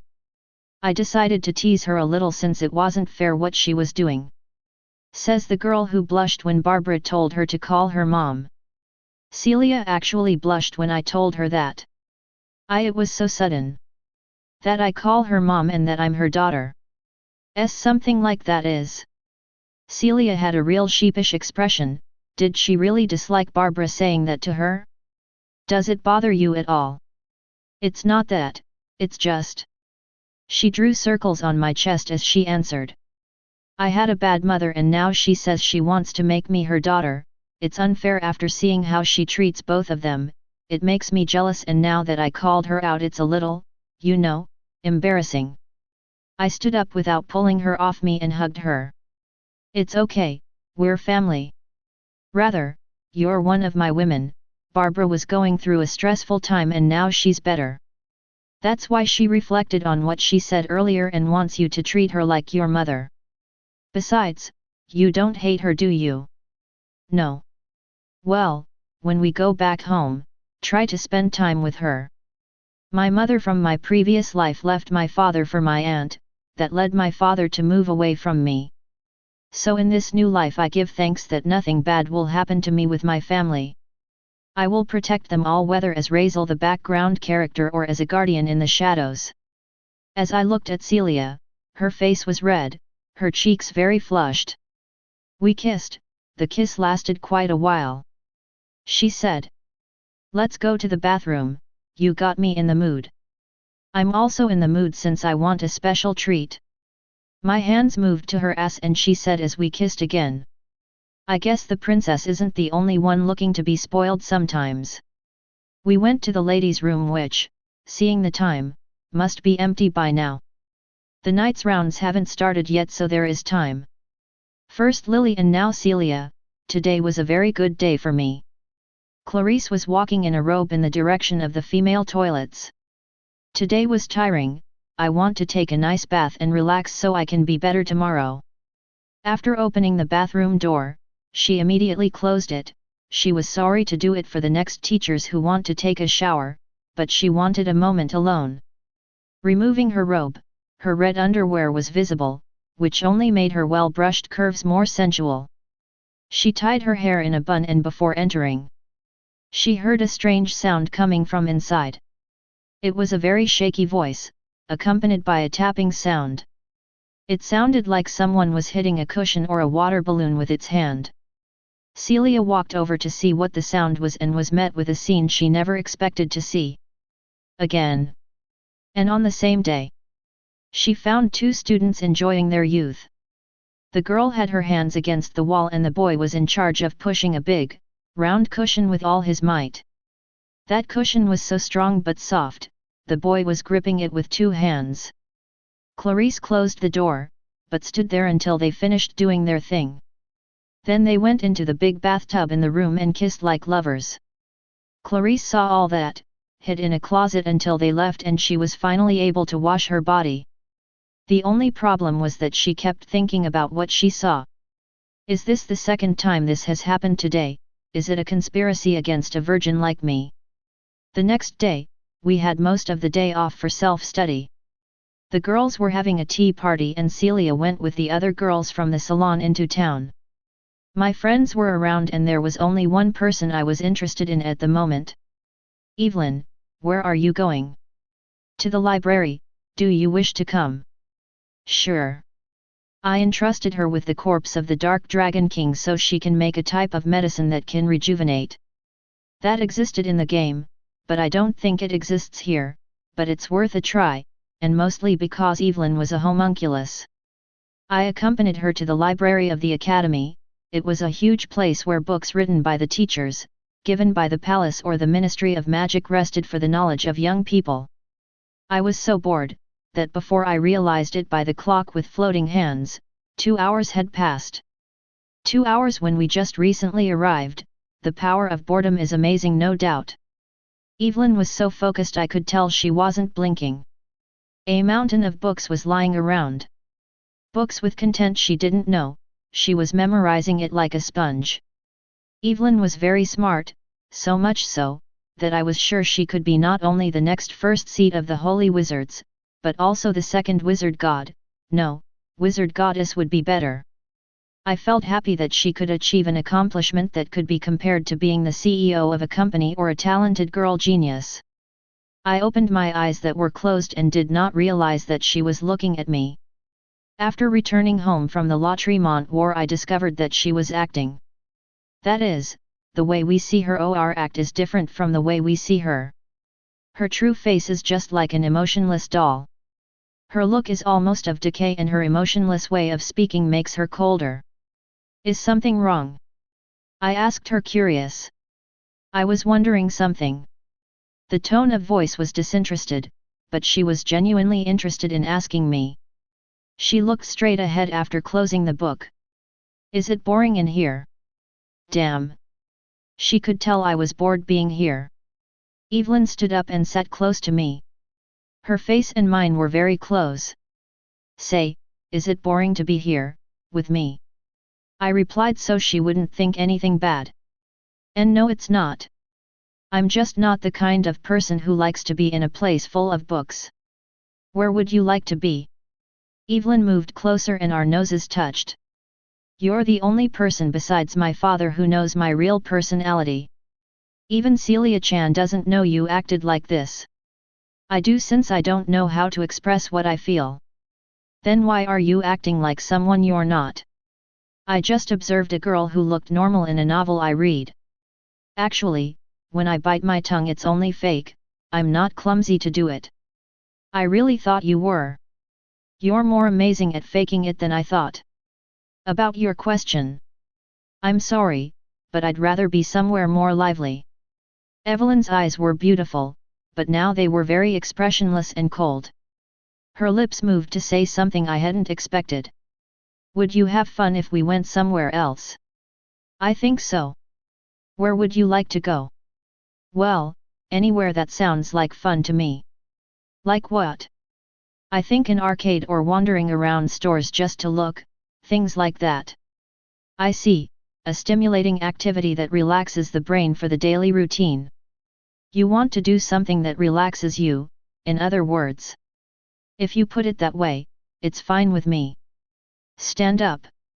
I heeded her and then she led me to the back of the library. Are you mad? Her hands touched my chest and slowly lowered. I think I told you I'm a homunculus, didn't I? Yes, you did. I'm not a real human being, but I'm alive. You told me you would protect me, that made my core, what you call the heart, beat for the first time for something other than keeping me alive. That's why I wish to check if you are the key that moves it. Basically it's this. Her hands were now on my belt. I want you to make me experience more things that make me feel like a real human being. Don't worry, everything I plan to do with my mouth will be to plead you, just enjoy it. And with that said, Evelyn proved to be a worthy rival to Barbara for activities having to do with her tongue. Once again, Clarice was seeing something she shouldn't have. She arrived recently as she had to check out a book. She noticed that there were 2 students besides her. She didn't think anything of it until they stood up and one of them made a strange groaning sound. After squatting closer, she noticed the surreal scene she was seeing again. A girl was kneeling, moving her head rhythmically back and forth. She was doing so as she was licking a lollipop. She took that lollipop with one hand and was enjoying it to the point that the lollipop was melting with every technique of her tongue. After a while, the lollipop melted, staining her mouth completely with the white chocolate flavor it was made of. The girl wiped her mouth with her fingers and smiled. Clarice finally just cried. Really? This is so cruel. Young people nowadays are the worst. The worst of all is that my first kiss was with something that wasn't lips. And just with that boy over there. Clarice escaped without him noticing. Do you like it? Purr. Heavy black heart. I'll take that as a yes. It was bedtime. Eli called me earlier and told me to come over at this time. She said she had something very important to say. When I walked into her room, I was speechless at what I saw. Welcome, meow. Eli greeted me with her pajamas ready, She also wore cat ears and her hands raised. The reason she does this is because when she is very stressed or very bored, she goes into her spoiled rich girl mode.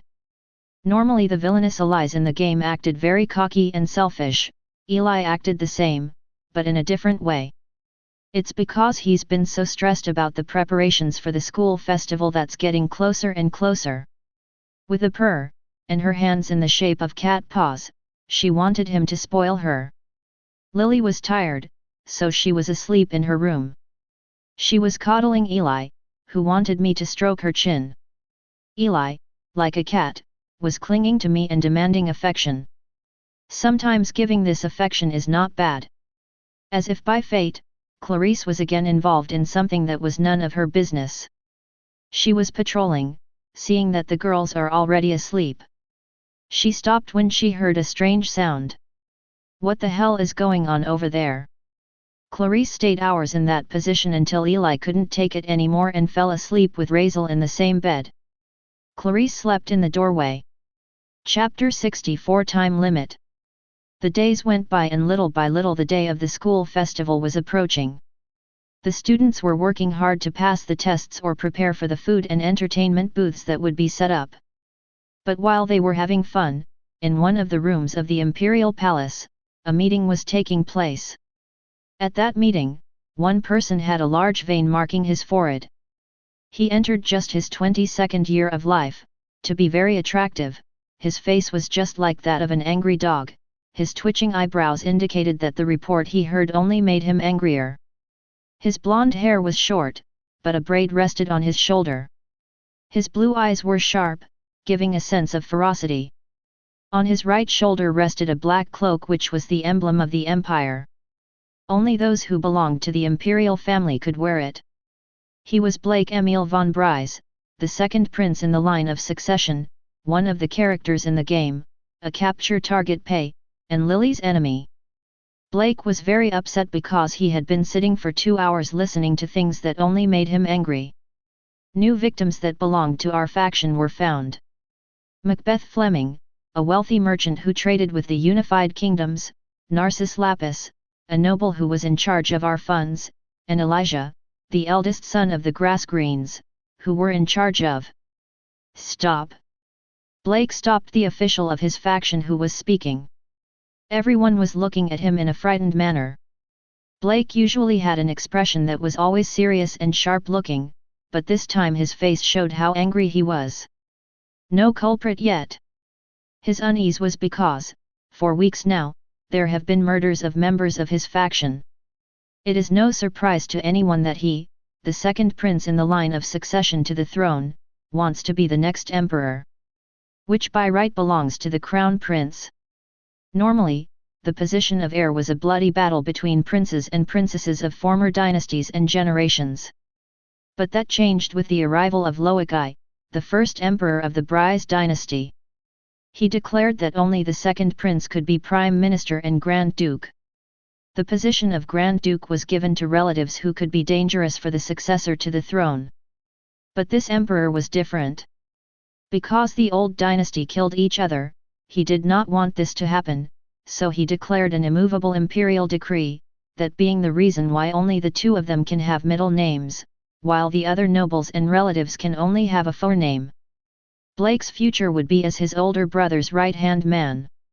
But he did not wish for that, he wished to be the emperor.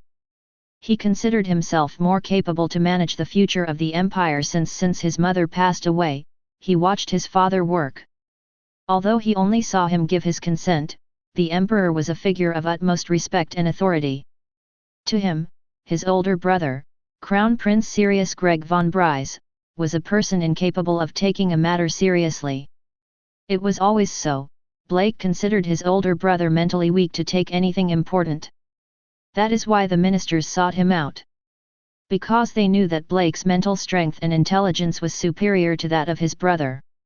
Therefore, a faction was created for the second prince in the hope that he would achieve his goal and thus benefit. As the crown prince was a quiet personality, a secret war never broke out where they tried to assassinate each other. That is why Blake ruled out that overnight his brother's faction had anything to do with it. Their allies killed, their property looted or burned, they were destroying everything Blake worked hard to obtain over the years, in just a few days. There must be a culprit behind this, but Blake's question was only one. Who would do it and why? Attacking the second prince is a stupid act that only a traitor to the imperial family would seek, or someone who has something against me. But who? While Blake was deep in thought, a man raised his hand. "Excuse me, Your Highness, but I have something to say." Blake, without opening his eyes, said. "Say it." He knew whose toad-like voice it was. The owner was a well-dressed, short, bald, foxy-looking man. A very renowned marquis, Minister Gerrit von Olgren, Blake's chief benefactor since he was a boy. Olgren placed an object on the table and then a magical projector-like item enlarged an image. "I didn't want to show this, because it could create problems later." Blake stopped crossing his arms and closing his eyes to look at Olgren. "What are you talking about?" "This, Your Highness." The image came out of a floating magic circle. Everyone was shocked to see a crest in the air. The image came out of a floating magic circle. Everyone was astonished to see a crest in the air. "That's it." "Yes, I'm afraid this is the work of one of the dukes. I couldn't believe it until we inspected one of the bodies which had this inserted into its body. He must have used his last moments to manage to get evidence." Olgren put a hand to his face to cover his tears. "It really is unbelievable that they would do this." Blake bared his teeth in anger, while Olgren just watched him out of the corner of his eye with a smile. Meanwhile, at the Rosenberg mansion located in the capital, Barbara was hard at work in her office. A mountain of documents rested both on the floor and on the desk. There is no end to this. Document after document was read and then responded to. Since there were no computers or filing cabinets, she had to do all that alone. She could order Glenn to do it, but she didn't want to give him more responsibility than he has. The person next to her helped her with some minor tasks. It was because of her obligation as head maid. A young woman in her early 20s, long emerald green hair tied in a refined ponytail, tied with a donut braid and two braids extending from her ears to that donut of hair. She wore glasses and even with them her beautiful light green eyes were bright. The daughter of a house of viscounts, Cordelia von Evans was. The most striking detail was not her hard-working aptitude worthy of a maid. It was her large chest, a chest so large and firm that it wanted to compete with Barbara's motherly breasts. Due to the large size of her cup, Cordelia's uniform was special because, in order to hide those monumental breasts, she had to keep them in a special zipper. Barbara, on the other hand, wore dresses which kept them almost exposed and firm. Cordelia watched as Barbara had a bad expression on her face. "Madam, you should rest a bit, your skin tease and your face look really bad." "I know, but I can't stop, I must sign or read all these documents and finish them as quickly as possible." Cordelia gave a look of disappointment to her employer. It was because the content of the documents was not just about work as she thought. "If you would stop reading the unimportant things said by the settlers of the territory, it wouldn't be this bad. It is my duty as your lord in answering your concerns. Those concerns are nonsense about it. Just look at this." Cordelia grabbed a letter that was on the table without opening it yet. Upon opening it, Cordelia read the contents. "Good morning, Duchess. I write this letter showing my concern about an important issue." Cordelia crumpled the letter a little as she continued reading. "Miss Elise is already pregnant? It is very important for my wife to know if she is already pregnant. What the hell is so important about this?" Cordelia's personality was serene and calm, but sometimes she let comments like that slip out. "Every single letter is meaningless drivel." "No, they aren't. My villagers demand to know if my daughter is pregnant or not. It's my duty to tell them that she's too young for that. Make a public statement then." "I don't want to because then I wouldn't be able to read their wishes to see my grandchild," said that Barbara with a smile. She clutched her cheeks and swayed in a silly way. He, everyone wants to see Razel Kun and Eli's baby, I don't blame them for that. I want to see it too, but Eli is still in the academy, it's too young for her to have a baby. I even laughed a lot when I caught her coming out of Razel Kun's room with her clothes on backwards and her hair stuck on her face from sweating. It's really cute how my daughter made excuses that they were training. She thinks I don't know what her purity was already taken. But it doesn't matter because that purity belongs to her future husband, so no problem wanting a little taste of cake first. Cordelia grimaced and a vein popped in her forehead. What the hell is wrong with this crazy old woman? Despite also sleeping with her future successor, she supports her daughter also being a shameless woman. The women in this family are crazy. What's so special about that guy?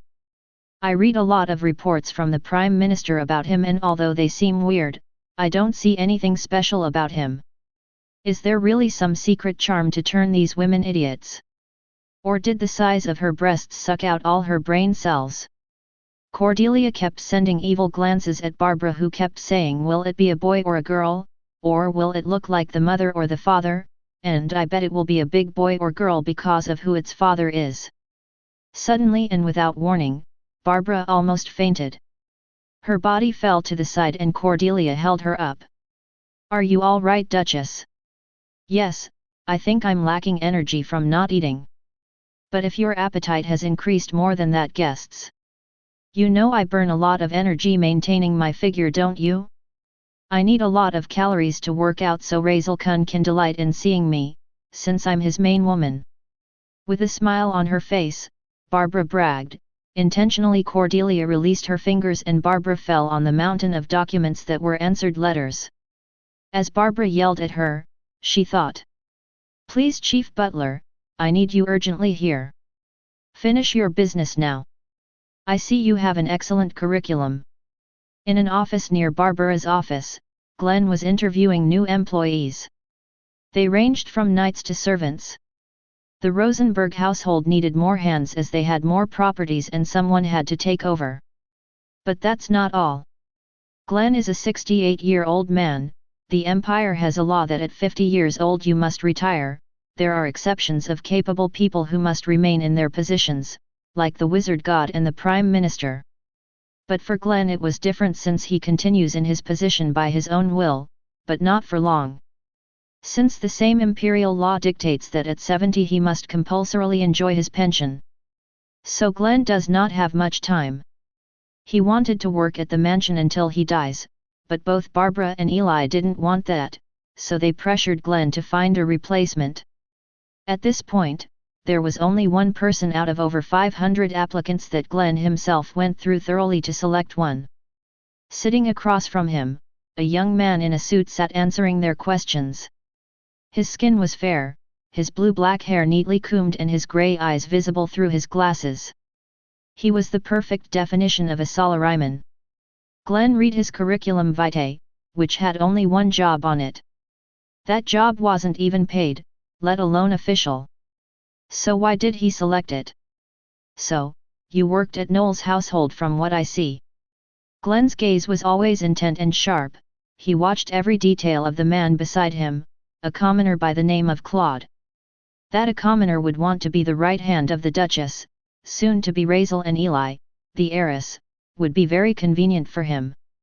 That's why Glenn was checking out the one person who caught his interest and checking that he was trustworthy. Only when Glenn asked him for answers, Claude responded. Yes.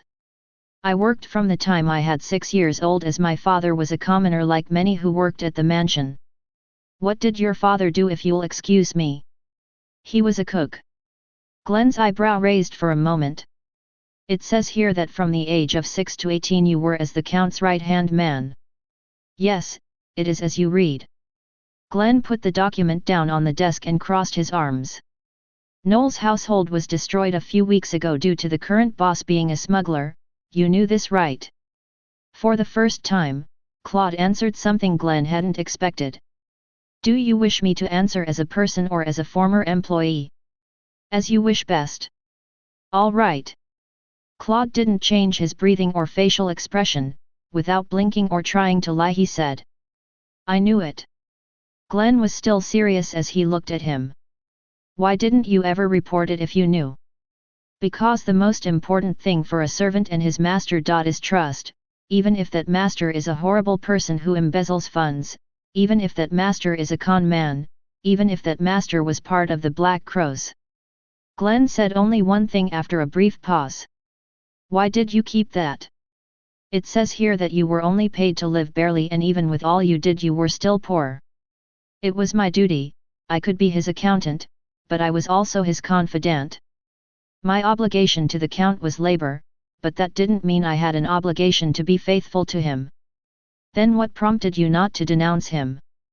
It was for the sake of Noel's household. Glenn for the first time had no answer for whatever he said. It was Claude himself who was answering the question he was perhaps asking himself. Why did you keep that? It says here that you were only paid to live barely, and even with all you did you were still poor. It was my duty. I could be his accountant, but I was also his confidant. My obligation to the Count was labor, but that didn't mean I had an obligation to be faithful to him. Then what prompted you not to denounce him? It was for the good of House Knowles. Glenn for the first time had no answer for whatever he said. It was Claude himself who was answering the question he was perhaps asking himself. Knowles' household, despite being corrupt, was in charge of one of the largest cotton sales in the empire. Despite the fact that the palace will now take it over, that doesn't mean the employees will be the same. You're saying you did it for the people, aren't you? Yes. Despite the fact that he embezzled funds, I advised him to leave enough for the people to live comfortably so they would never go hungry, even though part of my salary was taken by the Count. What do you hope to accomplish at Rosenberg household? Claude took his time speaking. Honestly, I don't expect to be hired. Why do you say that? Before I came here, I went to several interviews in different villages and ended up in the capital. I saw an ad in the paper stating that they were looking for a replacement butler. Your curriculum only has one job. Why didn't you lie to get more power in Noel's household? I hate lies. Lies took my parents who were sick. They always told me they were fine, and in the end. Glenn stopped him, stood up and handed the curriculum to Claude as he went to a closet to pull out his coat. Apparently that was a waste of time too. I really appreciate your... Claude stood up and thanked Glenn for his time, but the butler stopped him with his hand from continuing to speak. What are you apologizing for? Claude was puzzled. Glenn handed him clothes. It was a servant's uniform. This is... Don't jump to conclusions yet. You're temporarily hired, but under my charge. For 2 years you will be living here and you will be under my care, and only if I prove you are worthy, you will officially be an employee of Rosenberg household. But that does not guarantee you to be the right hand of the Duchess or future Duke. I understand. I will try my best. Say if you have anything to say. Why did you choose me? Glenn turned to open the door, but not before telling him. An employee can be anyone, but a servant loyal to the family is one who acts according to the benefits of the people, even if his master is corrupt, or brings disgrace upon his own family. In this mansion you will find that loyalty is what's in short supply. Claude walked behind Glenn, who thought. My real reason for accepting him was because I felt déjà vu. It reminded me of that man who had nowhere to go, and you, Richard Sommer, reached out to him when no one else would. A small smile appeared on his serious face. The Academy was entering the selection test for students to participate in the final sports festival. As all the classrooms were entering, some were just wasting time. Like Eli and Lily, who were browsing around instead of looking for monsters to test their skills. Ah, how cute! Eli and Lily found a section where gemstones filled the view. They set about collecting them as if they were little girls in a field of flowers. Eli used her sword to pull out some sparkling stones. While Lily moved a little away, she used her mace to hit them. But Lily's strength was very weak and she missed the blow. As they were in an area where the density of the magic element is very small, the monsters were not approaching. It was a safe zone, in other words. Lily was moving further away from Eli looking for stones she could pull out. Then her gaze was captivated by something unimaginable. A little away from them, a small golden light flitted near a glowing stone. Lily curiously hedged, but the light ran from her. "Come back!" Lily chased after that light thinking it was an insect. But it got so far away that it flew out of the safe zone, entering a more distant part. She realized too late that she walked away from Eli. When she wanted to go back, she was stopped, not by someone or a monster. Just a small voice. "Stop!" Lily turned around, but no one was there. As she walked further into the field of glowing rocks, several small lights came dancing towards her. Lily was startled thinking they were small monsters, but childish giggles could be heard. "She's..." "Yes, she is. She grew up." The lights were placed on the walls and one of them came closer and its brightness was dimming it. Then Lily clearly observed what that light was. "It's you from that time." It was a fairy. A being that shouldn't exist in this world since they weren't created by the developers. The fairy's body was small like the bony fingers of an adult hand. Her head was large and her eyes were small and black. Dragonfly antenna on its head and somehow reproduced little children's voices. "It's those insects I saw a long time ago." It wasn't the first time Lily had seen the fairies. When she was a child living in the monastery, she was visited by the fairies and they would play all night. The next morning she would tell the nuns and they would just laugh. It was a sweet little girl's games they thought. That's why no one believed Lily and she herself thought they were lies.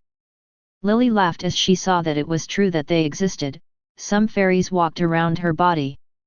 Even under her skirt, illuminating her white underwear. One of them came up to Lily's face as she laughed innocently. "Come on." "Where to?" Lily asked as one of them took her hand and slowly pulled her away. "Thanks, but we'll play another day." "Let's go." "Go where?" "Somewhere safe." "Safe? Is something wrong?" The fairies were glowing brighter and brighter. "Somewhere, out of here. A place, where she, who hears the voice of the goddess, can survive." At those strange words, Lily paused. "Survive?" "Yes, the danger grows with each day. The tree, it can't hold out much longer. The end of this world, already entered the countdown. That's why, we must save the one who listens to the voice, of Alexia, the saint." "No. I don't want to. It's a bad joke." Lily ran off straight to Eli who was looking for her. The fairy lights went out as they muttered. "The world is already doomed. Humans will perish. Save the saint, save the one who can hear Alexia we must." Lily ran and hugged Eli. After telling her everything, Eli said it was just a lived dream, but Lily knew the feeling in her hand was real when she touched them. Chapter 65 School Festival 1. Headquarters of the Ministry of Magic. In the room reserved for meetings of the Holy Wizards, an important meeting was taking place. The latest report showed that magical zones are forming in different regions of the Empire that didn't exist before. Magic zones are the equivalent of natural disaster in this world.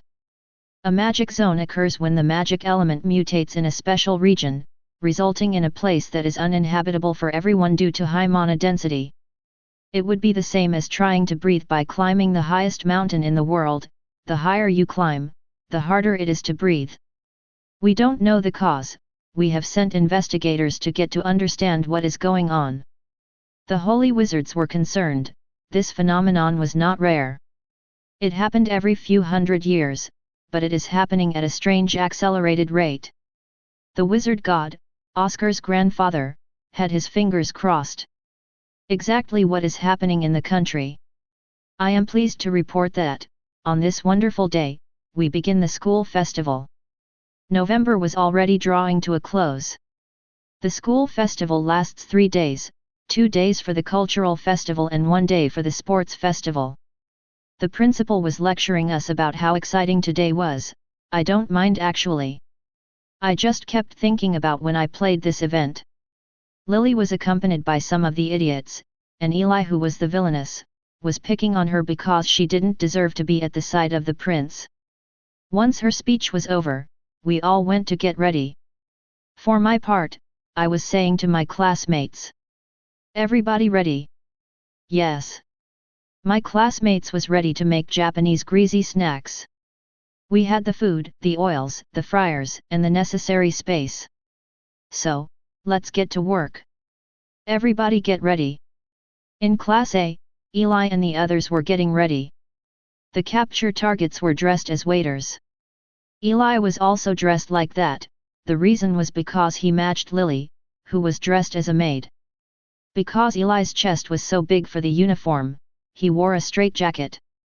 Using all her muscles accompanied by several moans, Eli managed to hide her large breasts and look like a man with her hair pulled back. Opening the door, Eli and Lily gave a warm welcome to the students. And so, the cultural festival began. Come one, come all, come taste our specialties. I had just brought out a new batch of takoyaki. Cliff and Derek were grilling the skewers. We were all working hard. At first no one was coming, but Cid advertised for us. But his way of expressing himself was horrible. Yummy. They're the best thing I've ever tasted. The way he said it was just like watching a doll moving its mouth, but if the third prince said it, it must be true, it was what the customers thought. It's 2 long days, so let's make an effort. You want something else, my lady? Eli was attending to girls from other classrooms. The girls were embarrassed as Eli's masculine look, which was achieved thanks to makeup, was all the hype. Just like the game, Lily's event and capture targets at the cultural festival was happening, only no bonding happened with them despite similar things happening. When lunchtime came for Class A, Eli grabbed Lily and lifted her up in his arms. I've always wanted to do this since Razel does it, and this was the only way to prove it. I understand, it's a bit embarrassing for a girl to do it, but since it's you Eli-chan, I'm fine with it. Don't worry Lily-chan, I won't let anything bad happen to you. For some reason, the air around those two was weird, very weird, so much so, that they felt like a man was actually carrying a woman. Eli took Lily off to find Razel. And after a light lunch and resuming work, the first day of the cultural festival ended. The second and last day of the cultural festival started smoothly, the young students worked hard. But there was someone who had a question mark. Is the food really that good? Regulus was on his break, he had heard from many people that Razel's greasy food stall was very popular. Regulus wanted to go try one to see if it was true. It's been a long time since I've eaten something greasy, wonder if it's similar to the Japanese stands. They say they give them on skewers or on plastic trays, and that reminds me a lot of my former life. Even if Regulus wanted to go, he didn't have that luxury as the customers kept coming. By the end of the day, Regulus was never able to go, or even go out to the bathroom. He had missed the chance to find out from the saucers, that Razel was a Japanese reincarnate like him. The cultural festival ended smoothly. My classroom earned a lot of money. We were happy as the winnings were divided equally for everyone, no coin was left over. Now I was resting up for tomorrow, the sports festival. It was starting early, so we closed very early today. The girls also went to bed early. Despite the fact that I am not used to this life, it was very nice to spend fun times with everyone. I wish these days would never end. I closed my eyes to prepare for the big day tomorrow. We got up early to leave the academy in carriages. We were going to a different place to celebrate the sports festival. It was amazing how they hid this from us. But it was a surprise, as I always wondered how we would do many things about the events. The place was a territory that belonged to the academy and was only used for events like that. It reminded me of those tournament games, as there were different stadiums grouped together. We all went to the biggest one. The floor was made of sand. The principal gave us a speech about how nice it was to say goodbye to the year in this way and the school semester. I was really bored out of my mind, so I dozed off for a while until I felt someone pinch my cheek. Hey, wake up! It was Eli and the others.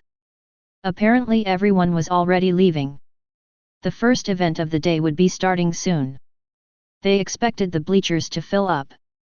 This is where anyone would wonder. What do they have to do with the bleachers filling up? Well, it turns out that the sports festival is a public spectacle where different people can watch the events and thus see if there are any low-ranking family guys they might want on their side or at the Ministry of Magic or at the palace. It was mostly to promote the future workers to the society. The first event is relay race, girls go first. Eli and Lily wore a very tight sports bra. I asked them why and they said, "Our breasts will flutter a lot and we don't want anyone but you to see us." I was touched by that. But girls, think of the chest pain you are feeling. Their bloodshot eyes are scary, and the predator shape they take to run is scary too. In the end, Eli and Lily ran in a way that scared many. Then came Celia's turn. She did do what I expected, her big breasts bounced wildly, she even won as she used the force of that bounce to win. The girl next to her couldn't even believe it. Then came Evelyn's turn, she fell down the first second she started, so she fakes her role as a clumsy girl with perfection. Now it was my turn. My friends were on my side, as the classes were mixed. The boy next to me was stretching as he bragged to me about his workout. I've been really prepared for this day. It was Jake, the one who never shuts up, who was talking trash to me. For that reason I will show you my fruit of my training. Jake was talking trash to me that I wasn't interested in. This guy never shuts up. It's really maddening to hear him talk. The worst part is that he was always like this in the game. I wouldn't be surprised if Lily had beaten him at some point in the game. But, there's a big problem that has nothing to do with his mouth. It's his ego. He exalts himself a lot, as the best. That's his main factor why he was always losing on his route or the reverse harem route. Forgive me, Jake, but you are very irritable at times, so I'll shut that mouth right now. We were getting into position as our partners were coming to hand us the next pass to the finish line. Jake kept saying, "I'll win, Razel, I'll show you how much I've grown." While I mumbled, "I'll get serious then." With that said, I waited quietly for him to come. My breathing was relaxed as were my muscles. I was calm, my consciousness, I just had to run as fast as I could to shut Jake up. The distance is 100 meters, that would be about 5 minutes without using magic power since it is forbidden. I could feel my classmate signal me by tapping my hand that it was my turn. My eyes were swollen shut, so I just ran. I used all my strength to do it while my eyes were closed from concentrating on winning. It was only a few moments closed, and when I opened them I realized something strange. I had reached the finish line. I don't know how, but I ran what would be 5 minutes in seconds. Jake didn't even understand what happened and reacted too late. When he got to the finish line, which I already crossed, I said to him, "This should show instead of talk." I left the place as even I didn't understand what happened. Since I didn't know what happened, I remained thoughtful until my next turn. This time it was my turn to participate in a competition of throwing our magic power at some dolls from a long distance. I kept the gum wrapper in my pocket since I was called. I had to compete together with someone. I was not expecting this. It seems that fate is to pit us against each other. It was Oscar, who was very serious. He was telling me, "I saw what happened with Jake, I can't believe it, neither that you cheated since there was no trace of magic power in the environment. But don't think I'll lose like him. My magic is my gift, so as the heir to Plevin household, I won't lose at anything to do with magic." Oscar was similar to Jake. Instead of having a big ego, he had great pride about his magic. Certainly Oscar's magic attacks are strong, but it's just wind magic. I've fought stronger and more dangerous rare magics. So Oscar, if he had been face to face against the Dark Knight or Astria, would have been killed. Let's show him a little bit of the harsh reality. Our goal was to take down 3 dolls each. There were several dolls, but the dolls were for the other students.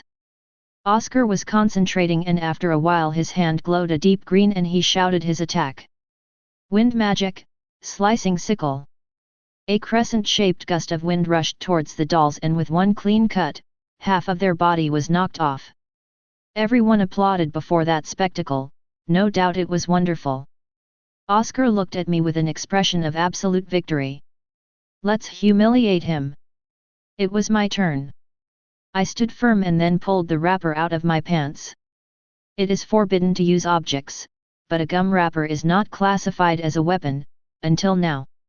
I activated my electric attribute and the wrapper hardened. I molded it my way for more impact. Perfect! I screamed in my head. I turned the sheath into a shuriken.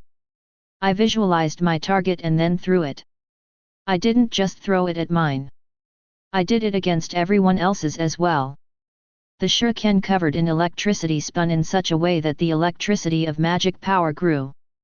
The damage was more than I expected. The dolls were shattered as if a cannonball had shattered it.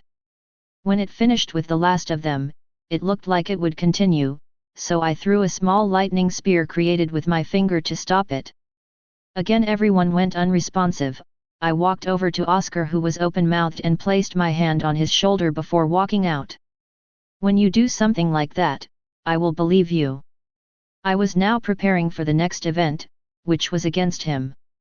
Belange. Yo. Ready for a defeat. The event was about pulling the rope. Both me and him talked our teammates into leaving us alone in this event, which they agreed to. For some reason mine said we don't want to be dragged in too. I didn't understand what was wrong with them, but they were all in the stands.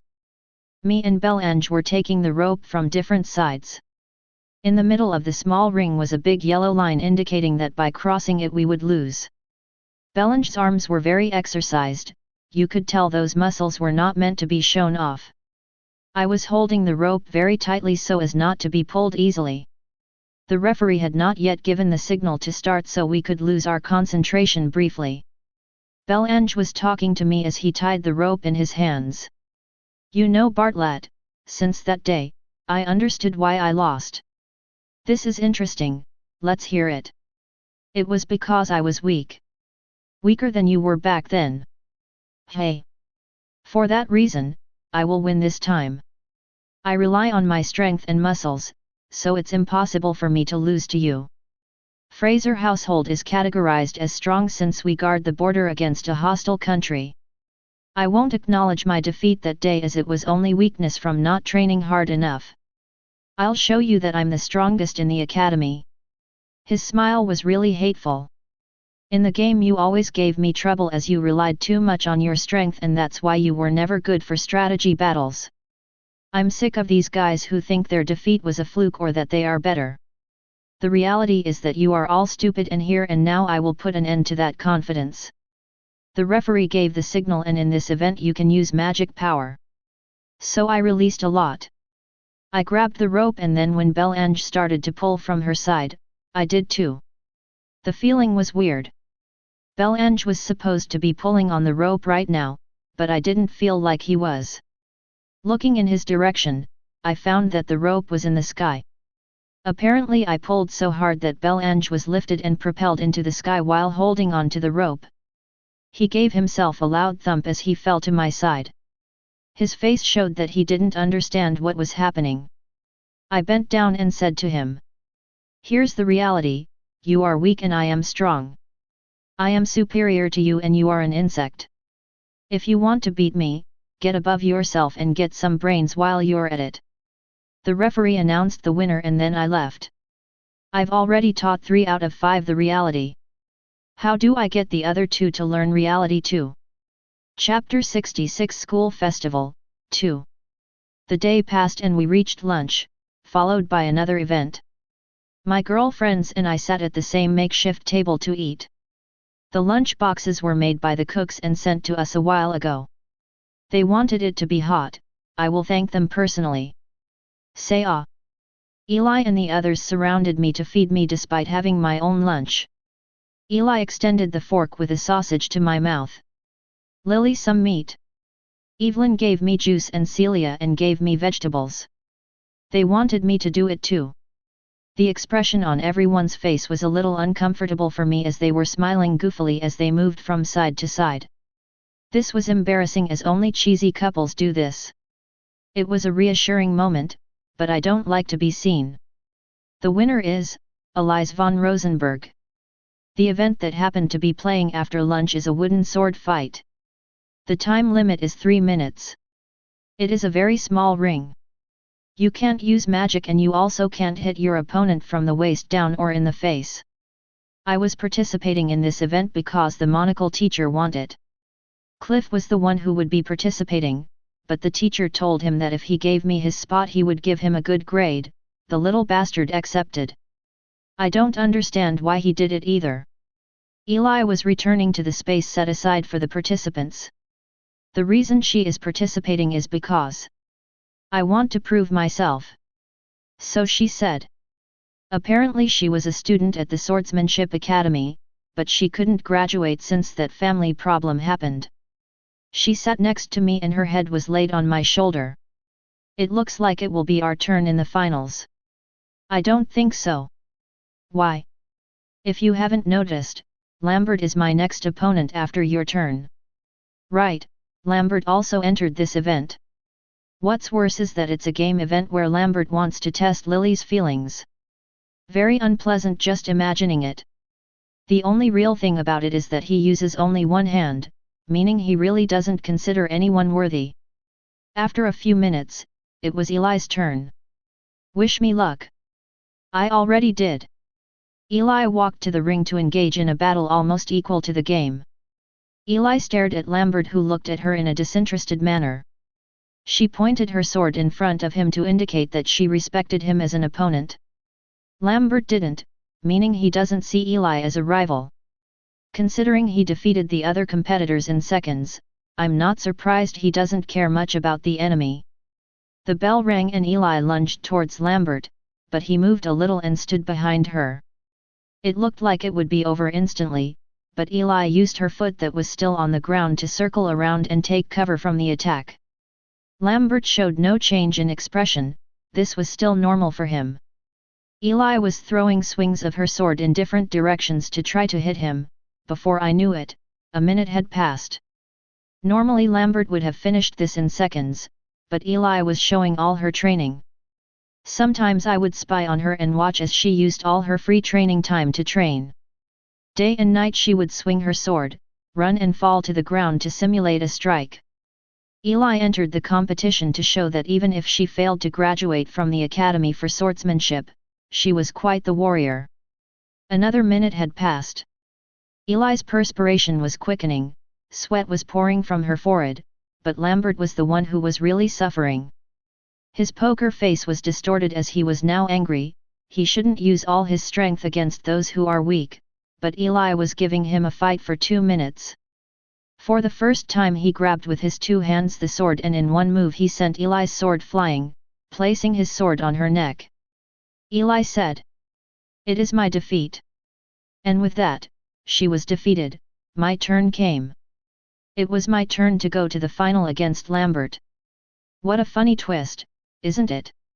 As Eli walked to the exit, she stopped for a moment and with her gaze she was indicating just one thing to me. Kick his ass for me. I promised her and went straight to the ring. I stood in front of Lambert. We were staring at each other, his expression indicated he was irritated, the kind of face you would make if you knew you had hemorrhoids. I was ready, I placed my hands firmly on my sword, I moved into attack position waiting for the bell to ring. I was going to teach this kid that he should not belittle his opponent. I was also going to make him pay for defeating Eli. The bell rang and as I was about to launch myself to attack him. I surrender. He said those words and dropped his sword as he climbed down from the ring. Hey, Lambert, what the hell are you doing? Lambert quickly got out of the ring. It was because his hands were shaking and sweat was running down his cheeks. As he stood in an area out of everyone's sight, his legs gave way and he fell to the ground. What the hell was that? Lambert, moments before dropping the sword, watched Razel getting into combat pose. He wanted to settle this uneasiness he had once and for all. Before the duel began, he began to sweat. What was that? Watch as behind Razel a shadow manifested, that shadow gradually took the form of a skull. The skull was black as night. It looked like it would devour him the moment he approached. Lambert understood why the other three lost again against Razel. There's no way I could defeat that thing. The skull stared intensely at Lambert. That thing was formed by Razel's desire to fight. So Lambert felt that Razel was going to go all out with his power. There was no choice but to lose if he wanted to keep his arms intact. Lambert was still trembling as he realized that Razel and he were in different leagues. I'm weak. The sports festival had already come to an end. The last event was about to begin. It was about selected trainee students from the dungeon fighting monsters. Among them, the only one I knew was Regulux. He seemed to have struggled to get there. The funny thing is that, unlike the game, Regulux was not there. It was Lily, who wanted to test her strength. Since I don't participate in this competition, it doesn't matter that I rest. The principal was not present as both he and some teachers returned to the academy to get everything ready for the farewell party for the semester and school year.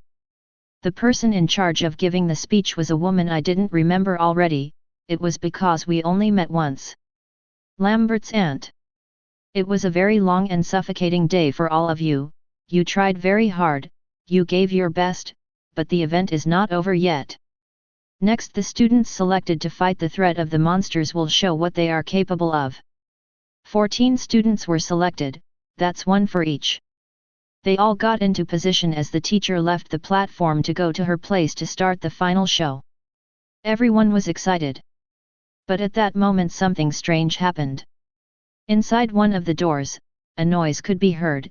It seemed that the monsters were attacking themselves. And so it happened. The door was destroyed by a huge flame and black cloud came out of the place. Terrifying footsteps could be heard and an unimaginable creature came out. An Ifrit. A monster of danger level A+++, an intangible fire spirit called Ifrit. It looked like a humanoid, a fusion between a human and a bird. Its belly was gone, a ball of fire was its abdomen. Its head reminded me of American natives in old Western movies. Ga-ga-ga! Growled the creature, the teachers in charge of protecting the students in case of an attack left with the principal. So only the night escorts of various nobles can do anything. By the way, how the hell did they catch an Ifrit? All I know about the game is that they become tangible when they sleep. Was this idiot sleeping all this time? No one knew he was one? No doubt stupidity is irresponsibility. Everyone fled in terror as the monster generated huge fireballs in the air and launched them towards the bleachers. As a magic circle protected us, it was easy to flee. But those in the arena were not so lucky. Regulux was among the students scared to see the Ifrit. The idiot will become a very important ally for the final battle, I can't let him die. Besides, Lambert's aunt was also there. I couldn't let a beauty with big breasts and strict aura die. So I said to Evelyn, "Open a hole in the magic circle quick." Evelyn was already doing it before I told her. I smiled at her and after thanking her, I jumped straight into the arena. I had fought against fast enemies, diamond hard-skinned guys, those that can regenerate and withstand blows, but never with a being equal to a ghost. Come to think of it, don't ghosts exist here? In the game there was talk of haunted houses, but one never came out. But it doesn't matter now, let's save them. I ran at high speed to be in front of the students. The monster created a huge fireball. It was just a huge hot mass of air and fire. Normally repelling a fireball requires ice, water, or wind magic, or even a stone projectile. But this thing will explode, generating a lot of damage. You have to hit it back. Like a soccer ball, I activated the blood that runs through my veins and strengthened my leg. I gave it a strong kick and the fireball approached the monster. The fireball was absorbed by it. Ga-ga-ga, ga-ga-ga, ga-ga-ga. Was the bastard laughing at me? More fireballs the size of small houses were created. Growing with each passing second, 6 of them were formed. The heat was scorching. The staff could not open the door for the students to escape as it was melted by the initial attack. But they were in my way, so I materialized a lightning spear and threw it in the direction of the door, destroying it. The students were running for the exit, all except her. "You run away too." The teacher apparently had water attribute. She materialized a sphere of water which enclosed the Ifrit. She wanted it. I run away. She's a good teacher, but that won't do her any good. Ga ga ga. The monster evaporated the water sphere easily, threw a fireball at her. I ran in her direction and grabbed her in my arms. The bastard didn't hold back. More fireballs, now measuring 6 meters in length, were coming. The explosion was so big that she could die from the heat wave. I must end this quickly. "Teacher, please hold on tight to me." "Hey! Please do." The teacher hugged me as if we were lovers. Her breasts pressed against me. It was a wonderful feeling, but I couldn't enjoy it. I gripped her back tightly, and with my free right hand, I decided to use a trick. Hopefully it would work.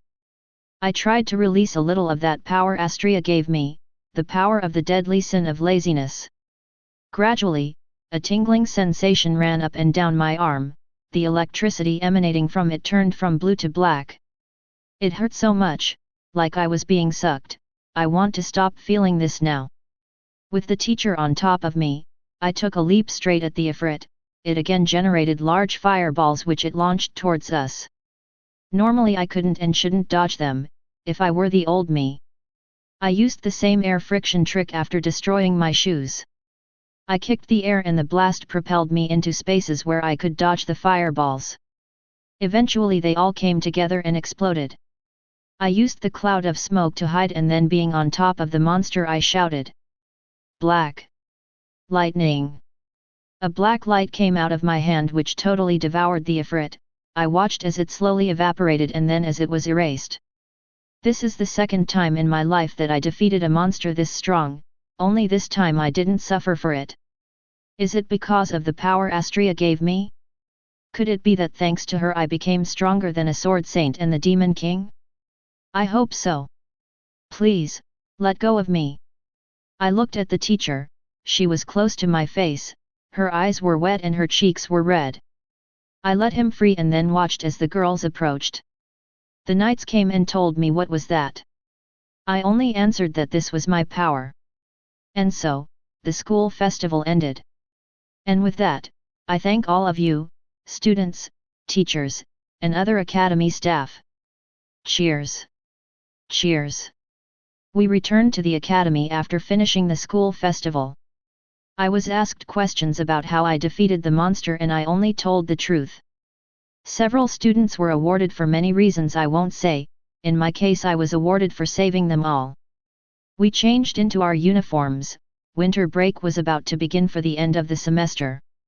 Eli was holding my arm as students surrounded us and praised me. "I saw what you did, that was amazing. I never thought I'd see anything like that in my life.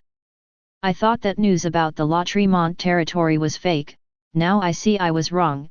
I apologize." "That was amazing, Bartlett-san. You really are someone who can be on the same level as the Sword Saints." She reminded me a lot of the story of the long-nosed doll, as I watched her rejoice when I was cheered. "That's right, my future husband is that strong. Not for nothing is he the next Duke of Rosenberg household. It was he along with Prince Cid who defeated that monster, and it was also he who defeated the Dark Knight of the Ideal Empire. Isn't he amazing?" That oh-ho-ho coming out of her mouth was quite the spectacle of a rich lady indeed. The laughter and praise kept coming. I could feel more and more of the old me, Shishigami Naoto, disappearing to be just Razel. My happiness was perfect, and nothing could ruin this world. "There's trouble."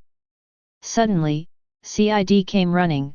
Behind him was an official from Rosenberg household. Both of them were sweating.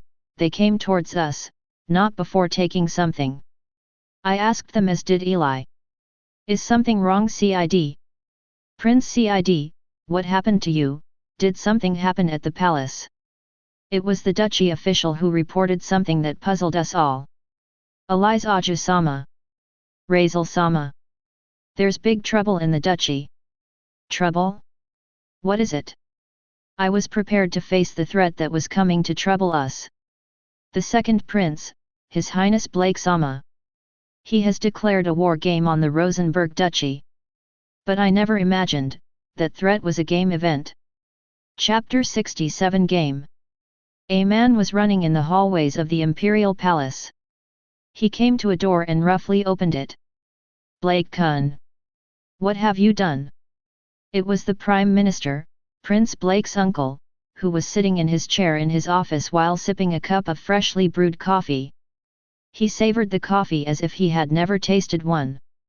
Blake looked at his uncle. They usually never left his office.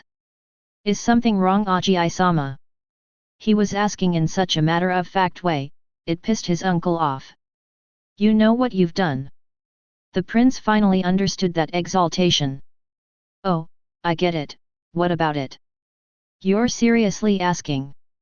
Uncle, I don't understand what the problem is. I'm just following the laws. Declaring war on a duchy is not part of the laws of the empire. A few hours ago, the second prince, Blake Emil von Bries, formally declared war on the Rosenberg Duchy. Such an announcement shook the entire empire. The Prime Minister learned a few hours ago of this event. It is not yet too late for you to call this off. I will proclaim that it was a mistake of a phantom official that we punished. No. Blake set his coffee cup down on the cup rest as he stood up. Uncle, I'm sure you read the report left for you by my vassals which explains my actions. I'm not an idiot to pick a fight against one of the duchies.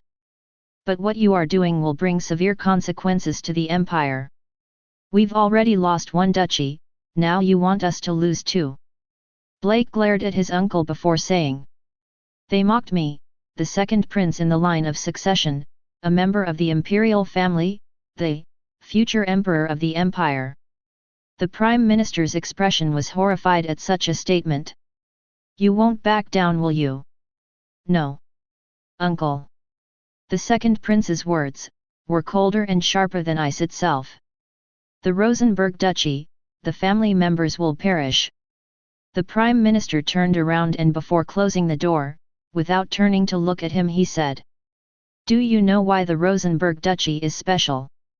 No. Because they have the future Duke who was recognized by the Emperor himself. They're not just something random if your father remembers his name and not yours. Blake huffed as the Prime Minister walked out. He sat down and sipped his coffee, which was boiling.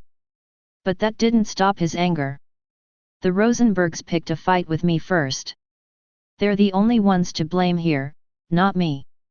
What the hell are you suggesting, Baldy? You know who the hell I am, hey? You know. In one of the palace's meeting rooms, was an emergency meeting. Rather, it was a protest by the Duchess, Barbara, to the second prince's faction. At her side were Glenn and Cordelia who were trying to reassure her. Duchess-sama, threatening them will not make the problem go away. The chief butler is right. Showing your teeth like a wild beast to frightened ministers only makes everything worse. Barbara was so angry, her red eyes glowing with the rage she felt.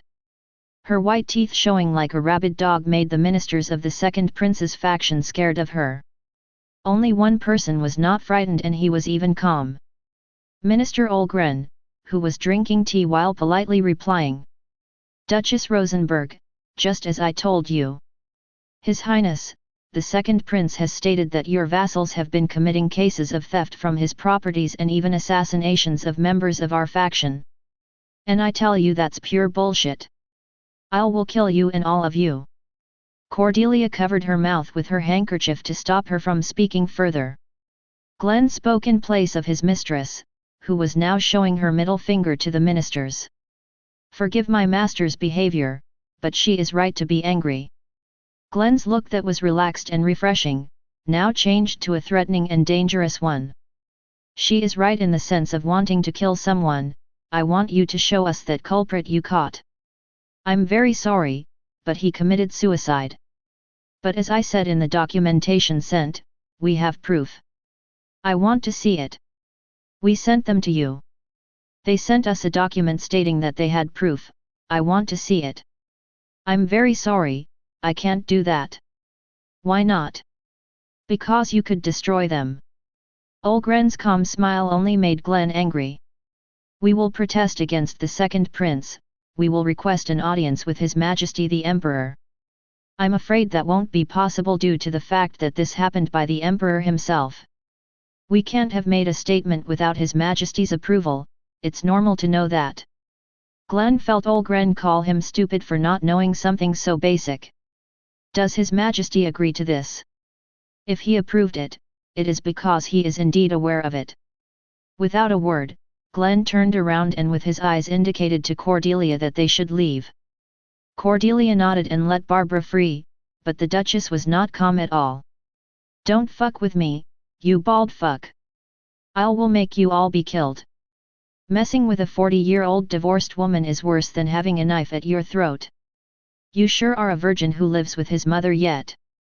Cordelia again covered her master's mouth as she dragged her out of the room. Barbara kicked and bared her fingers until Glenn closed the door. One of the ministers who was frightened said to Olgren. Is this really okay, Olgren Dono? What are you talking about? We just received the order from His Highness Prince Blake Sama. But we can't come to an agreement through the intervention of. Olgren, who was smiling until recently, slowly looked at the man who was suggesting peace with Rosenberg household. Do you want to die?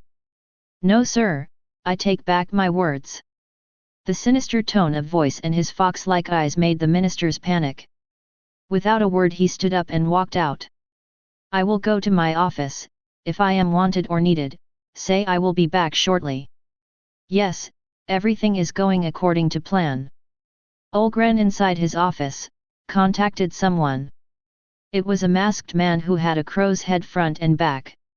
He was the leader of the Black Crows, a criminal organization that wishes to take over the empire. For months now its members and bases have been destroyed by a mysterious individual named Licht, who is actually Razel. And Olgren is one of the three right hands of the leader, the Yatagarasu, but at the moment only he is left, the others were killed by Licht. Are you sure everything is going according to plan? Yes, very sure. I managed to convince the prince that it was all the Rosenbergs' fault and thus declare war on them. Won't the emperor be looking for a way around this? No, in fact, it's true when I say that when he read it he laughed a lot. He even said it was interesting. I can't say we are counting on his support, but in saying that this will go on. Good.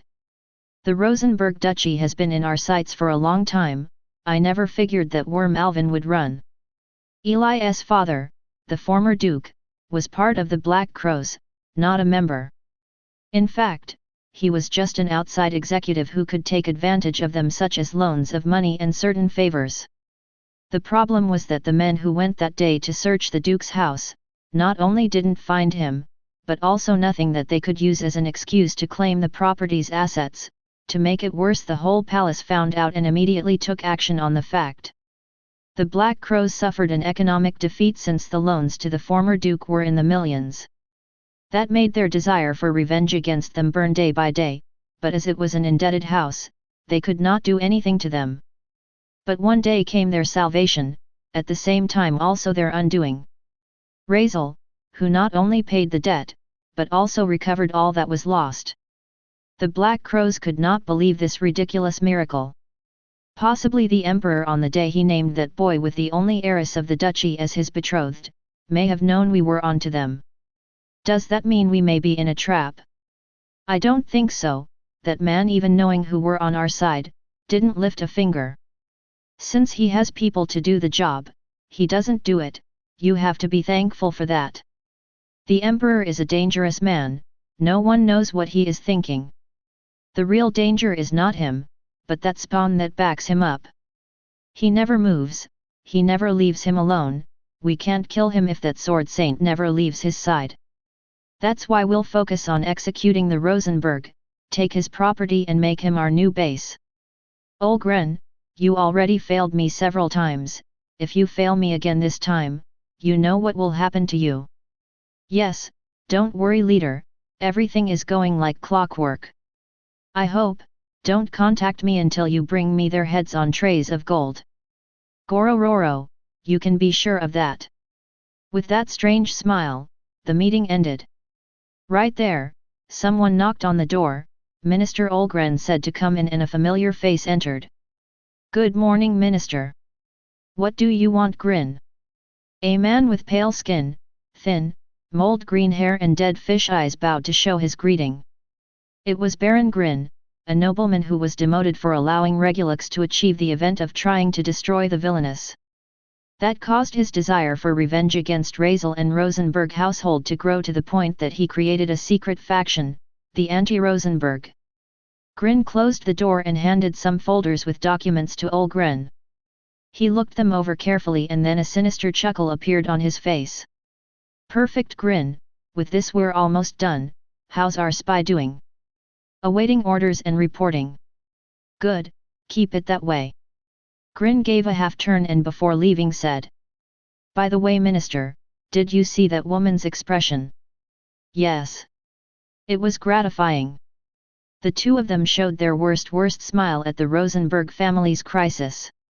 To make it all worse, Olgren had a secret he told no one and it involved the Rosenbergs.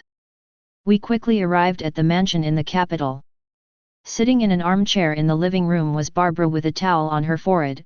Cordelia was giving her a cup of tea while Glenn was calling someone. Eli yelled after she came in. Mom! What happened? Quickly Eli and Lily ran to hug Barbara. Celia and Evelyn were a little weirded out by the sight of such affection. Barbara stood up and her daughters hugged her. Their heads sank into her huge breasts. When Eli removed her head from that big breast, very worried she said. I heard the news, did the second prince really declare a war game on us? War game? One of the most popular events in the game. This event was very rare and only happened when you came into conflict with some noble. The reason for its name is because a long time ago, there were insurrections in the empire. These insurrections were the work of traitors. If the palace sent forces to deal with them, it meant that a part of the country was weakened. Enemy countries would seize the opportunity to attack. So one day, an emperor came up with the brilliant idea of creating a way to avoid these problems. If someone wanted to kill someone they hated, or if someone wanted to betray the empire, the palace would make the necessary adjustments to bring that event about. In other words, create a game where killing your opponent is allowed. From the player's point of view, it is interesting and exciting a conflict, but from my perception is scary this. Since the second prince, just like the game, declared war on us. Only the one responsible for this happening was Regulux as Lily was gaining power in the palace. That caused rumors to spread about Regulux replacing the second prince, as that fellow was short-tempered, he declared a war game on Regulux, his own brother. It bothered me that things somehow run just like the game. Cid grabbed my shoulder and said. Razel, let me try to convince my older brother, I'm sure this is a misunderstanding. I said. Fine, I'll take you up on it. Leave it to me. Cid acted very cool as he left to go to the palace. Really, why do game events happen? And even worse that it's one that only happened after the time skip. In a house with a large garden, a man was relaxing with a book while sunbathing. He placed his drink on the glass rest and resumed his reading. While he was so relaxing, a servant approached him. My lord, this came for you. The man took the red envelope that was in his name, opened it and then his eyebrows twitched. This doesn't happen every day. The man stood up and quickly went to change. Chapter 67 Game. A man was running in the hallways of the Imperial Palace. He came to a door and roughly opened it. Blake Kun. What have you done? It was the Prime Minister, Prince Blake's uncle, who was sitting in his chair in his office while sipping a cup of freshly brewed coffee. He savored the coffee as if he had never tasted one. Blake looked at his uncle. He usually never left his office. Is something wrong, Aji-sama? He was asking in such a matter-of-fact way, it pissed his uncle off. You know what you've done? The prince finally understood that exaltation. Oh, I get it, what about it? You're seriously asking? Uncle, I don't understand what the problem is. I'm just following the laws. Declaring war on a duchy is not part of the laws of the empire. A few hours ago, the second prince, Blake Emil von Bries, formally declared war on the Rosenberg duchy. Such an announcement shook the entire empire. The Prime Minister learned a few hours ago of this event. It is not yet too late for you to call this off. I will proclaim that it was a mistake of a phantom official that we punished. No. Blake set his coffee cup down on the cup rest as he stood up. Uncle, I'm sure you read the report left for you by my vassals which explains my actions. I'm not an idiot to pick a fight against one of the duchies. But what you are doing will bring severe consequences to the empire. We've already lost one duchy, now you want us to lose two. Blake glared at his uncle before saying. They mocked me, the second prince in the line of succession, a member of the imperial family, the future emperor of the empire. The Prime Minister's expression was horrified at such a statement. You won't back down, will you? No. Uncle. The second prince's words were colder and sharper than ice itself. The Rosenberg duchy, the family members will perish. The Prime Minister turned around and before closing the door, without turning to look at him, he said. Do you know why the Rosenberg duchy is special? No. Because they have the future duke who was recognized by the emperor himself. They're not just something random if your father remembers his name and not yours. Blake huffed as the Prime Minister walked out. He sat down and sipped his coffee, which was boiling. But that didn't stop his anger. The Rosenbergs picked a fight with me first. They're the only ones to blame here, not me. What the hell are you suggesting, Baldy? You know who the hell I am, hey? You know. In one of the palace's meeting rooms, was an emergency meeting. Rather, it was a protest by the Duchess, Barbara, to the second prince's faction. At her side were Glenn and Cordelia, who were trying to reassure her. Duchess Sama, threatening them will not make the problem go away. The chief butler is right. Showing your teeth like a wild beast to frightened ministers only makes everything worse. Barbara was so angry, her red eyes glowing with the rage she felt. Her white teeth showing like a rabid dog made the ministers of the second prince's faction scared of her. Only one person was not frightened, and he was even calm. Minister Olgren, who was drinking tea while politely replying. Duchess Rosenberg, just as I told you. His Highness, the second prince has stated that your vassals have been committing cases of theft from his properties and even assassinations of members of our faction. And I tell you that's pure bullshit. I will kill you and all of you. Cordelia covered her mouth with her handkerchief to stop her from speaking further. Glenn spoke in place of his mistress, who was now showing her middle finger to the ministers. Forgive my master's behavior, but she is right to be angry. Glenn's look that was relaxed and refreshing, now changed to a threatening and dangerous one. She is right in the sense of wanting to kill someone. I want you to show us that culprit you caught. I'm very sorry, but he committed suicide. But as I said in the documentation sent, we have proof. I want to see it. We sent them to you. They sent us a document stating that they had proof. I want to see it. I'm very sorry, I can't do that. Why not? Because you could destroy them. Olgren's calm smile only made Glenn angry. We will protest against the second prince, we will request an audience with His Majesty the Emperor. I'm afraid that won't be possible due to the fact that this happened by the Emperor himself. We can't have made a statement without His Majesty's approval, it's normal to know that. Glenn felt Olgren call him stupid for not knowing something so basic. Does His Majesty agree to this?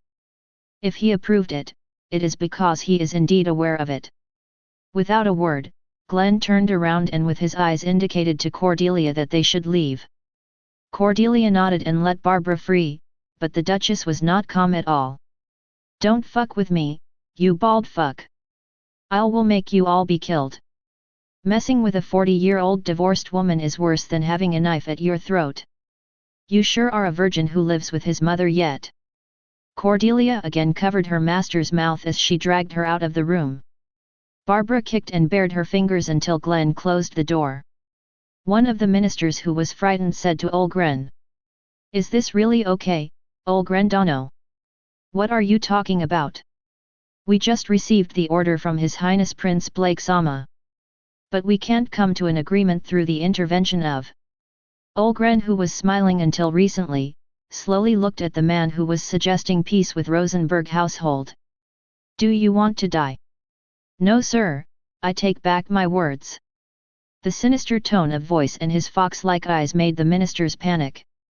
Without a word he stood up and walked out. "I will go to my office, if I am wanted or needed, say I will be back shortly." "Yes, everything is going according to plan." Olgren inside his office, contacted someone. It was a masked man who had a crow's head front and back. He was the leader of the Black Crows, a criminal organization that wishes to take over the empire. For months now its members and bases have been destroyed by a mysterious individual named Licht, who is actually Razel. And Olgren is one of the three right hands of the leader, the Yatagarasu, but at the moment only he is left, the others were killed by Licht. "Are you sure everything is going according to plan?" "Yes, very sure. I managed to convince the prince that it was all the Rosenbergs' fault and thus declare war on them. Won't the emperor be looking for a way around this?" "No, in fact, it's true when I say that when he read it he laughed a lot. He even said it was interesting. I can't say we are counting on his support, but in saying that this will go on." "Good. The Rosenberg Duchy has been in our sights for a long time. I never figured that Worm Alvin would run." Eli's father, the former duke, was part of the Black Crows, not a member. In fact, he was just an outside executive who could take advantage of them, such as loans of money and certain favors.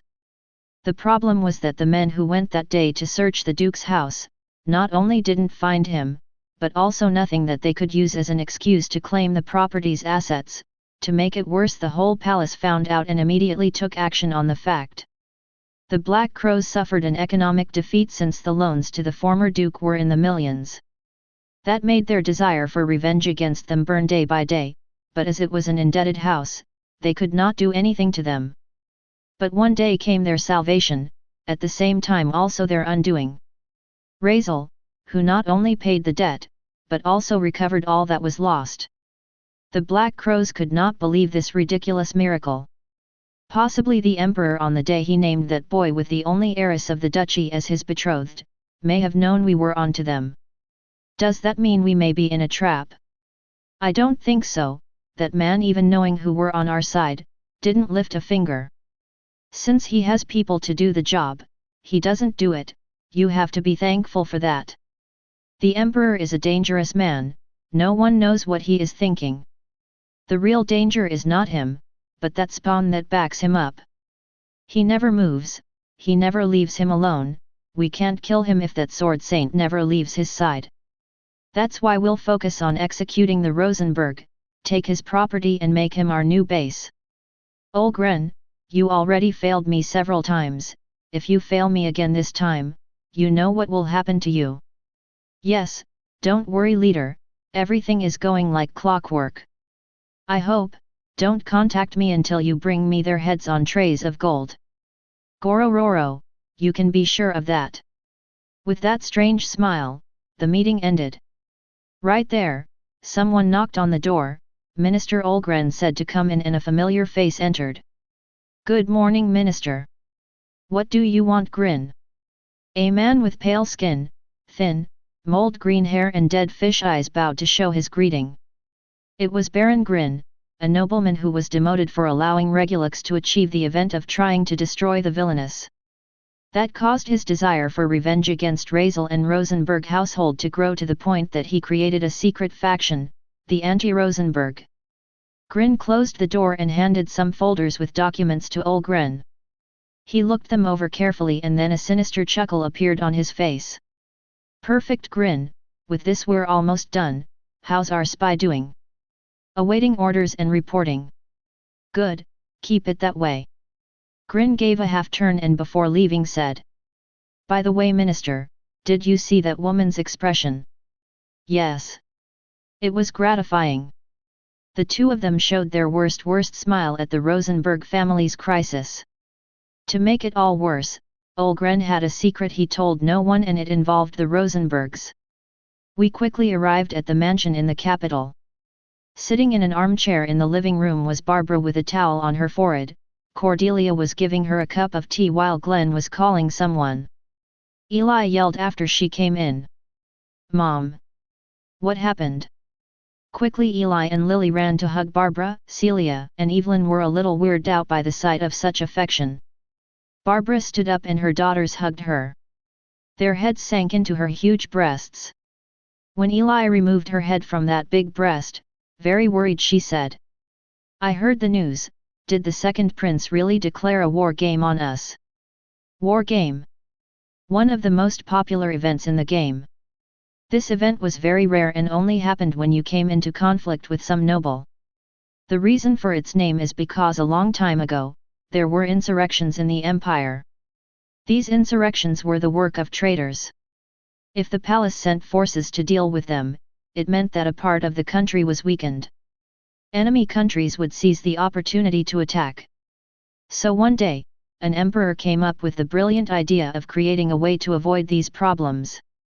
If someone wanted to kill someone they hated, or if someone wanted to betray the empire, the palace would make the necessary adjustments to bring that event about. In other words, create a game where killing your opponent is allowed. From the player's point of view, it is interesting and exciting a conflict, but from my perception is scary this. Since the second prince, just like the game, declared war on us. Only the one responsible for this happening was Regulus, as Lily was gaining power in the palace. That caused rumors to spread about Regulus replacing the second prince. As that fellow was short-tempered, he declared a war game on Regulus, his own brother. It bothered me that things somehow run just like the game. Cid grabbed my shoulder and said, "Razel, let me try to convince my older brother. I'm sure this is a misunderstanding." I said, "Fine, I'll take you up on it. Leave it to me." Cid acted very cool as he left to go to the palace. Really, why do game events happen? And even worse that it's one that only happened after the time skip. In a house with a large garden, a man was relaxing with a book while sunbathing.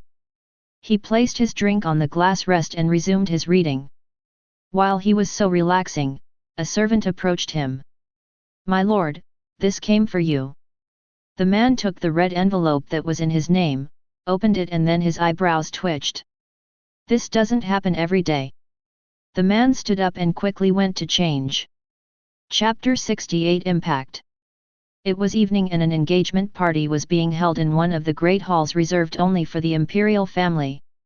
It is a great honor for me to officially announce the engagement between Larry, the 77th Prince, and Cleo, the youngest daughter of the Beans family. Give them a big round of applause for this beautiful couple.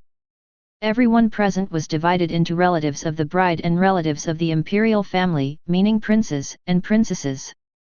The total number of guests was more than 500, where 300 of them were the total number of sons and daughters of the emperor. From the youngest prince and the princess with the lowest status among their brothers and sisters.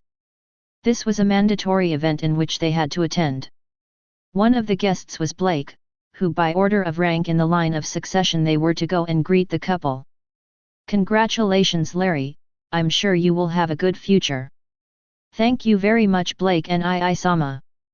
You too, Cleo, welcome to the imperial family." "Your words are appreciated, Blake and I-sama." It was a formality, the greeting, so only the individuals recognized whether it was false or true their honest wishes.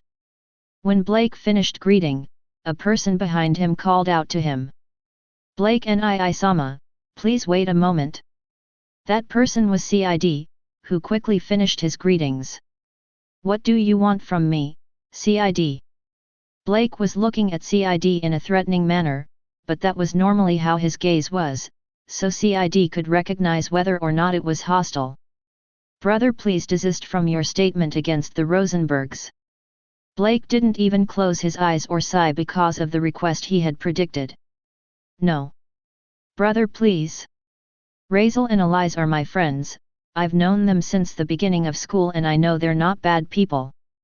You know what happened to their family from years ago and I'm sure you researched Razel's family background, none of them plan anything bad against the Empire or you. CID, there's no turning back. But brother. CID, the evidence is on our side. The Rosenbergs have not only raised their hand against the imperial family by attacking me. They have shown hints of rebellion. But brother. No buts, this discussion is over. Blake walked out of the room so as not to be disturbed. Watching his brother leave, and helpless, CID squeezed hard and cursed his situation. If I had better social skills, maybe I could convince him. Even if you did, you wouldn't have accomplished anything. Blake will always be willful and stubborn in front of others. CID turned to see who told him that. He was surprised to see who it was. I am surprised that you would say that, Regulus. Prince Regulus finished greeting his brother. The other princes and princesses went to greet then for the bride's family to come. Regulus and CID went to sit at a nearby table. You tried to convince Blake?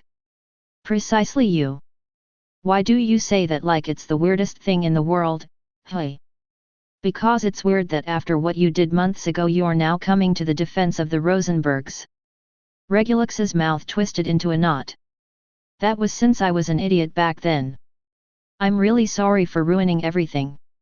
I was a fool back then, I'm sorry for what I did. CID looked a little doubtfully at his brother, but then said. I was a little doubtful about Razel and Eliza's kindness too, but then I understood that I was very distrustful. Let's say I believe you for now, can't you think of anything? Sorry, but no, I told Sirius if he can convince him, but he's out chatting with the others so we can only wait. CID remembered something, he didn't want to tell Regulus, but seeing that he showed remorse for his actions he told him. Hey, I wasn't supposed to tell you this, but I'll tell you. Livy's been looking for you ever since she found out you came.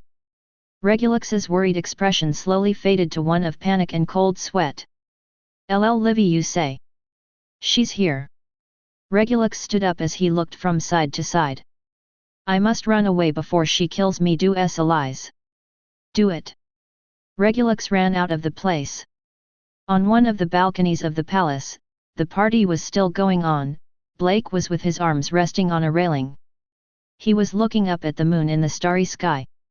He enjoyed that as it was all he could do on the day his mother became seriously ill. The former Empress Annabelle was a beautiful woman with blonde hair and blue eyes. Blake inherited those features. As a child, both he and his older brother spent time playing with her in the palace garden. His greatest childhood memory had to do with his mother. While Sirius caught bugs, Blake rested on his mother's lap. His mother always told him the same thing. You are a very aware child for a very little boy, I'm sure you will do great things one day. I hope you can support your big brother. Yes. I'll show you that I'll help Sirius and I-sama improve the country. Okasama will be proud of us. His mother smiled at him despite coughing. One day, she simply fell into bed, and after a while, the same way. The Empress passed away.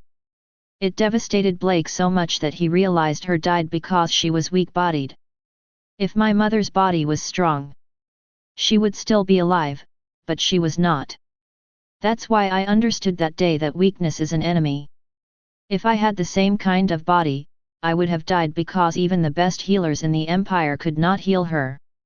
Throughout my education in the palace I was able to learn what the reality of society and managing a country is like. That is why I am sure that someone as kind and clueless as my older brother is not worthy of being emperor. Being so focused he couldn't hear someone's footsteps. Nice night, isn't it, Blake-kun?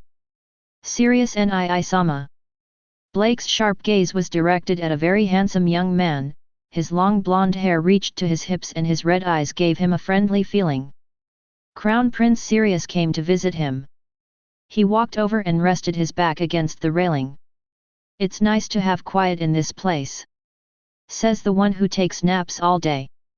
Ha ha ha, it's just that it's really nice to take breaks, you should take one. No thanks, I'm working hard for my future. Blake-kun is a very straightforward guy. I am. I'll be the next emperor. You have a chance, I'll give you that, but... Sirius turned his kind eyes to Blake, what he said was his kind way too. I'll be one too. It's the only way I'll be able to protect my family. You're my precious little brother. Sigh. I'm not a child anymore. Besides, you worry me more than anyone else. I still remember how you used to pee yourself when there were storms. And I remember the way you'd break into the kitchen to steal cookies, the cooks would just ignore you so your invisible cloak game would be real. Blake blushed at that memory of his childhood. Don't remind me of that please. But it's a pleasant memory for me. Since it's been a long time since Blake-kun stopped smiling for real. Blake looked sadly at the lights of the capital. The sound of cars and buildings being built could be heard. I will smile again the day I end the weakness of this country, no matter who my enemy is, I will achieve my goal to show our mother that she was right to believe in me. I do not intend to fail her. Does destroying the Rosenberg Duchy have to do with that dream as well?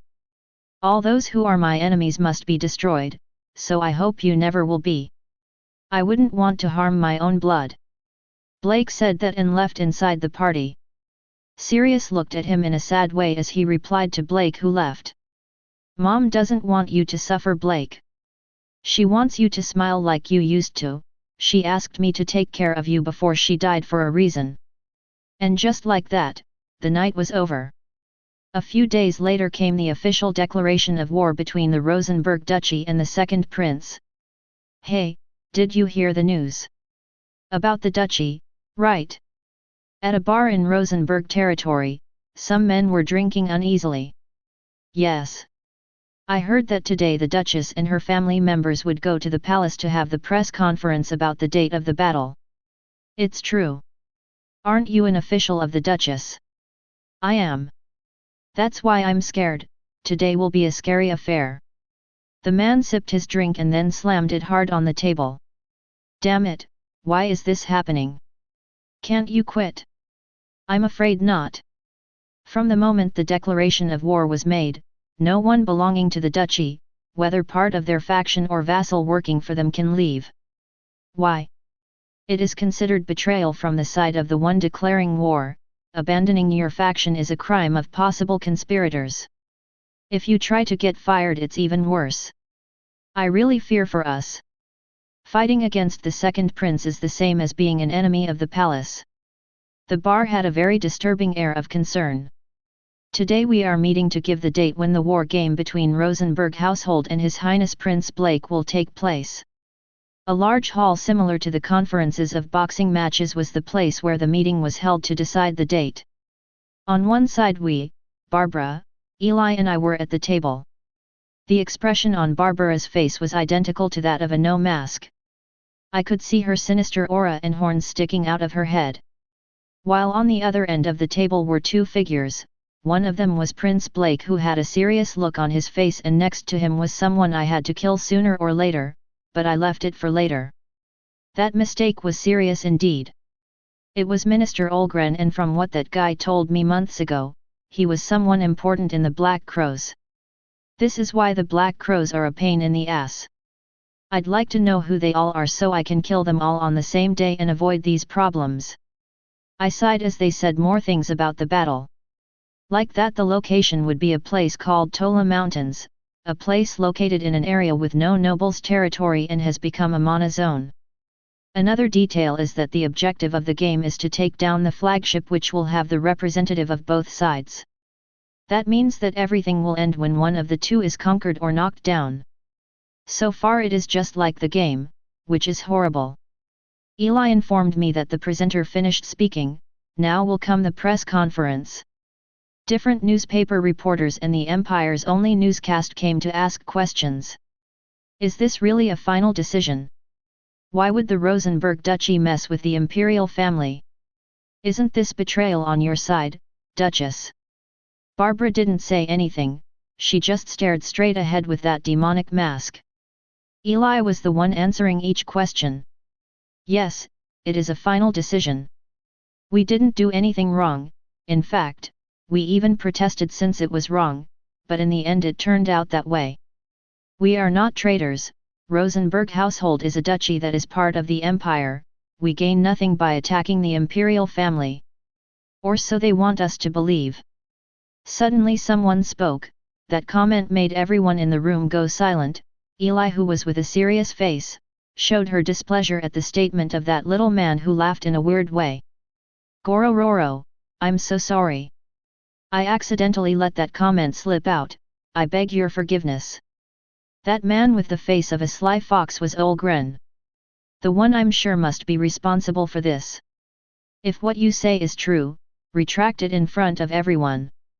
Olgren smiled like any blood-sucking businessman. I did, I recanted. Didn't you hear me? That wasn't an apology. You're making fun of us, Minister. I'm sorry to tell you that you're wrong, miss. I'm not making fun, I just blurted out a comment I thought and I took it back. No need to make a fuss about it. The way you say it is as if you are despising me.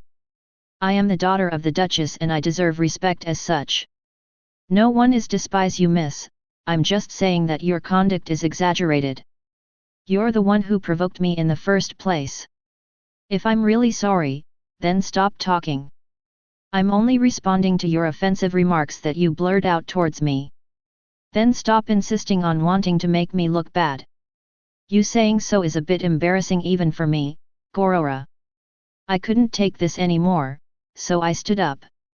Not only me, the prince stood up too. I moved a little closer and stood in front of him. He was taller than me, and scary. He reminded me of those boys who bullied me when I was entering school and took me to the bathroom to choke me. But this time it's different. I'm the one who will watch from above even if he's taller than me. Let's end this now, I want to leave. Same here. As you heard, the battle will be in a week's time, get ready because it's impossible for you to win against the imperial family. When I heard that superiority comment, a sinister laugh appeared on my ugly face. I'm sure it must be a very nasty smile. Lose? Us? Aren't you jumping to conclusions? Razel approached Blake and placed his finger on his chest. In a threatening manner, Razel stated something that left everyone gasping. Rosenberg household will win, and as a prize, we will take everything you own, not only your property, also your faction. Blake felt a slight displeasure at that tone, then became angrier when Razel said, if we lose, only if we lose, not only will Rosenberg household and its territory be yours, I will kill myself for offending a spoiled little prince. You're a haughty brat, aren't you? At least I'm not an idiot who is manipulated by that bald guy, by the way. Razel declared in front of everyone present that the prince was a puppet, but the next thing he did was just as worse. He grabbed the glass of water that was on Olgren's side and then poured it on his head. I'm sorry, but this is intentional. So you can learn not to want to make fun of my girl. Razel flashed a slight smile, which had a hidden message. Only crows should be the only vermin targeting beautiful girls, not weird, bald old men. Olgren's eyes widened like plates, and he muttered as several veins bulged on his forehead. You fucking brat! Did you? Razel turned around and grabbed Eli and Barbara's hand to get the hell out of there. Glenn was behind them. Blake's face was one of irritation while Olgren's was red as hell. Does that little bastard even know it? No. He can't. If so, he should be part of us and in an important position. There's no way he knows, unless... Well, have you thought about what you did? Yes. I apologize. When we left the conference, Eli didn't say anything, but when we got home... Razel yours to pi. He punched me hard like those comedy animes where you go flying. Which happened and I crashed into the wall. Do you know what you did?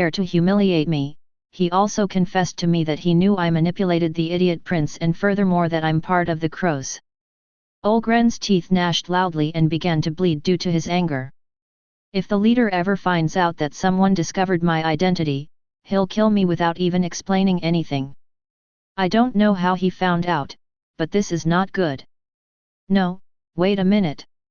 Olgren stopped being angry and then thought of something.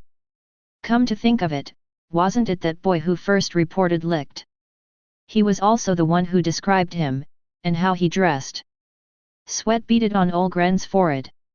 If I'm not mistaken, he and the third prince fought that huge monster we brought in years ago, but he was asleep and we could never use magic to brainwash it. Apparently it was Olgren who was responsible for bringing Xerxes from the demon continent to the empire. This was never revealed to be part of the event. Also, the day we attacked the academy it was Licht who was there. There was no way he knew that since we thought of it at the last minute. He was also present in the lawless city with the third prince.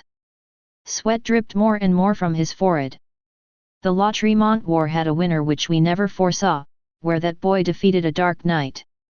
Olgren stood up. No kidding.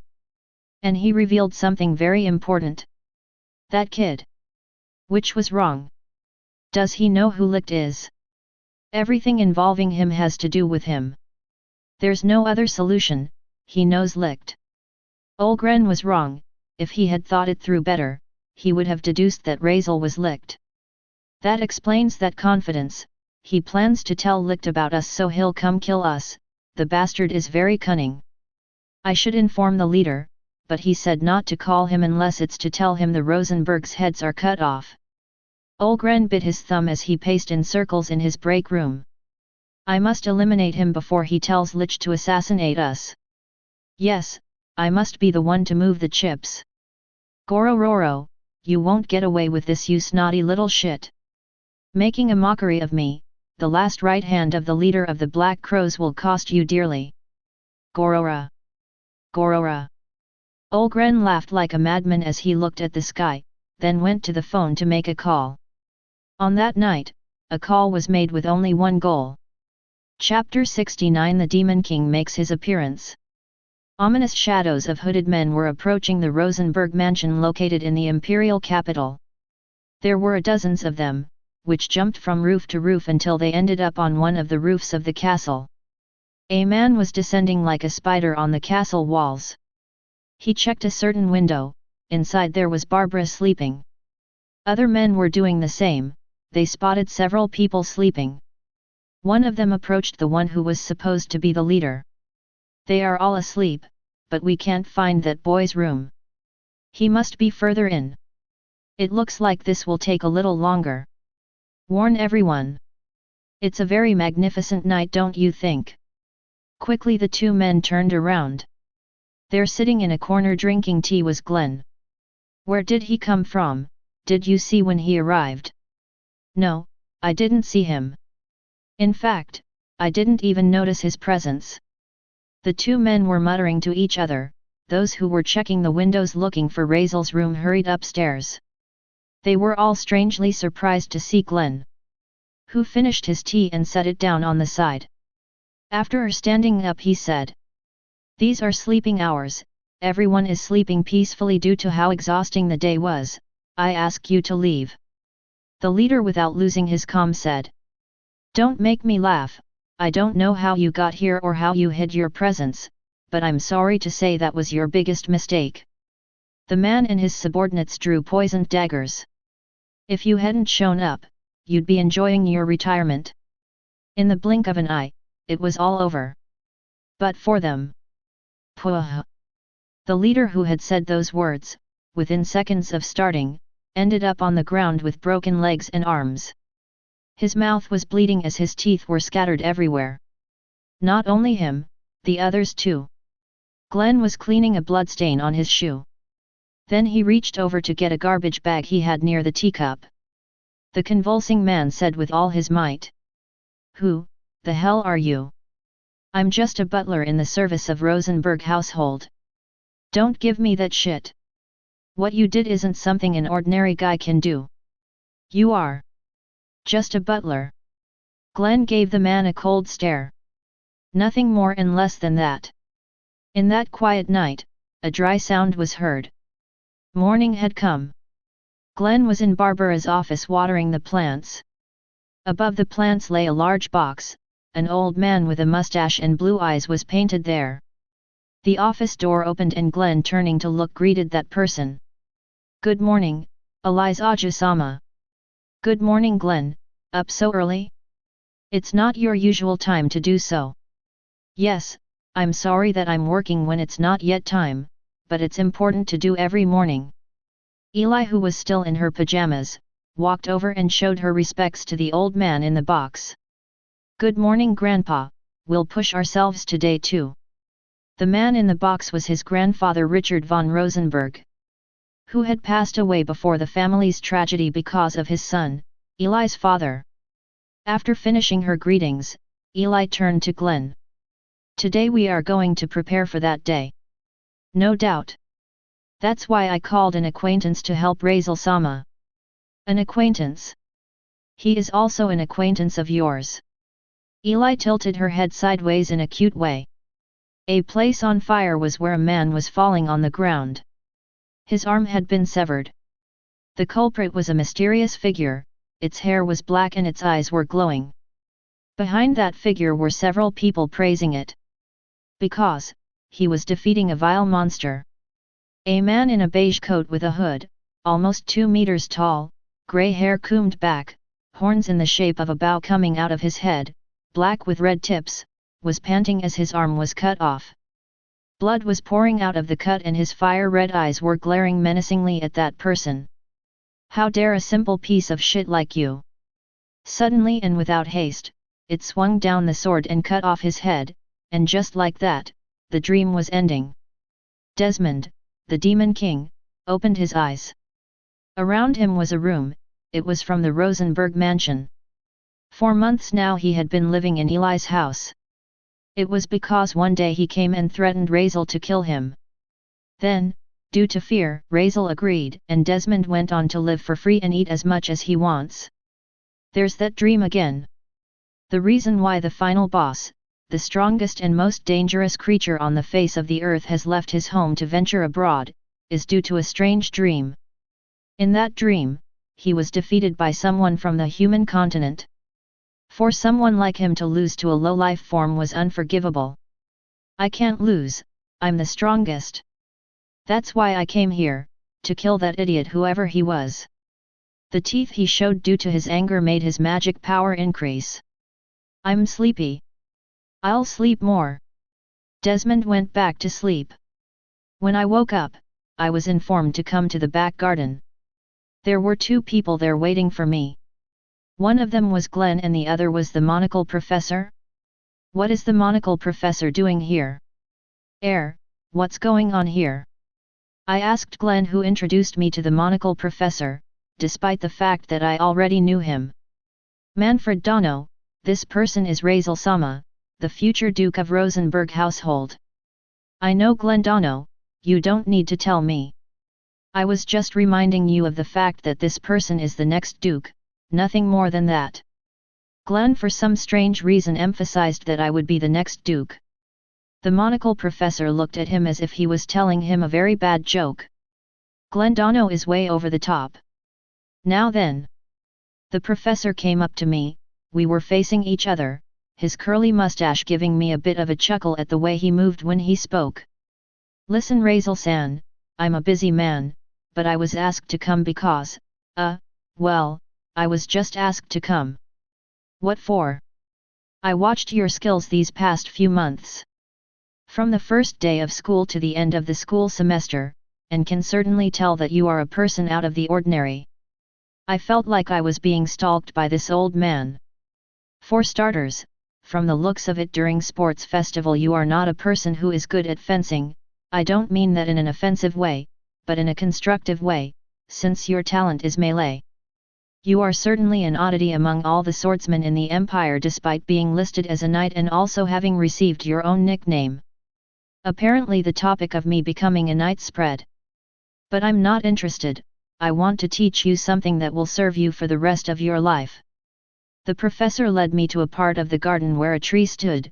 Glenn stayed behind and set up a makeshift table where he served tea and cookies.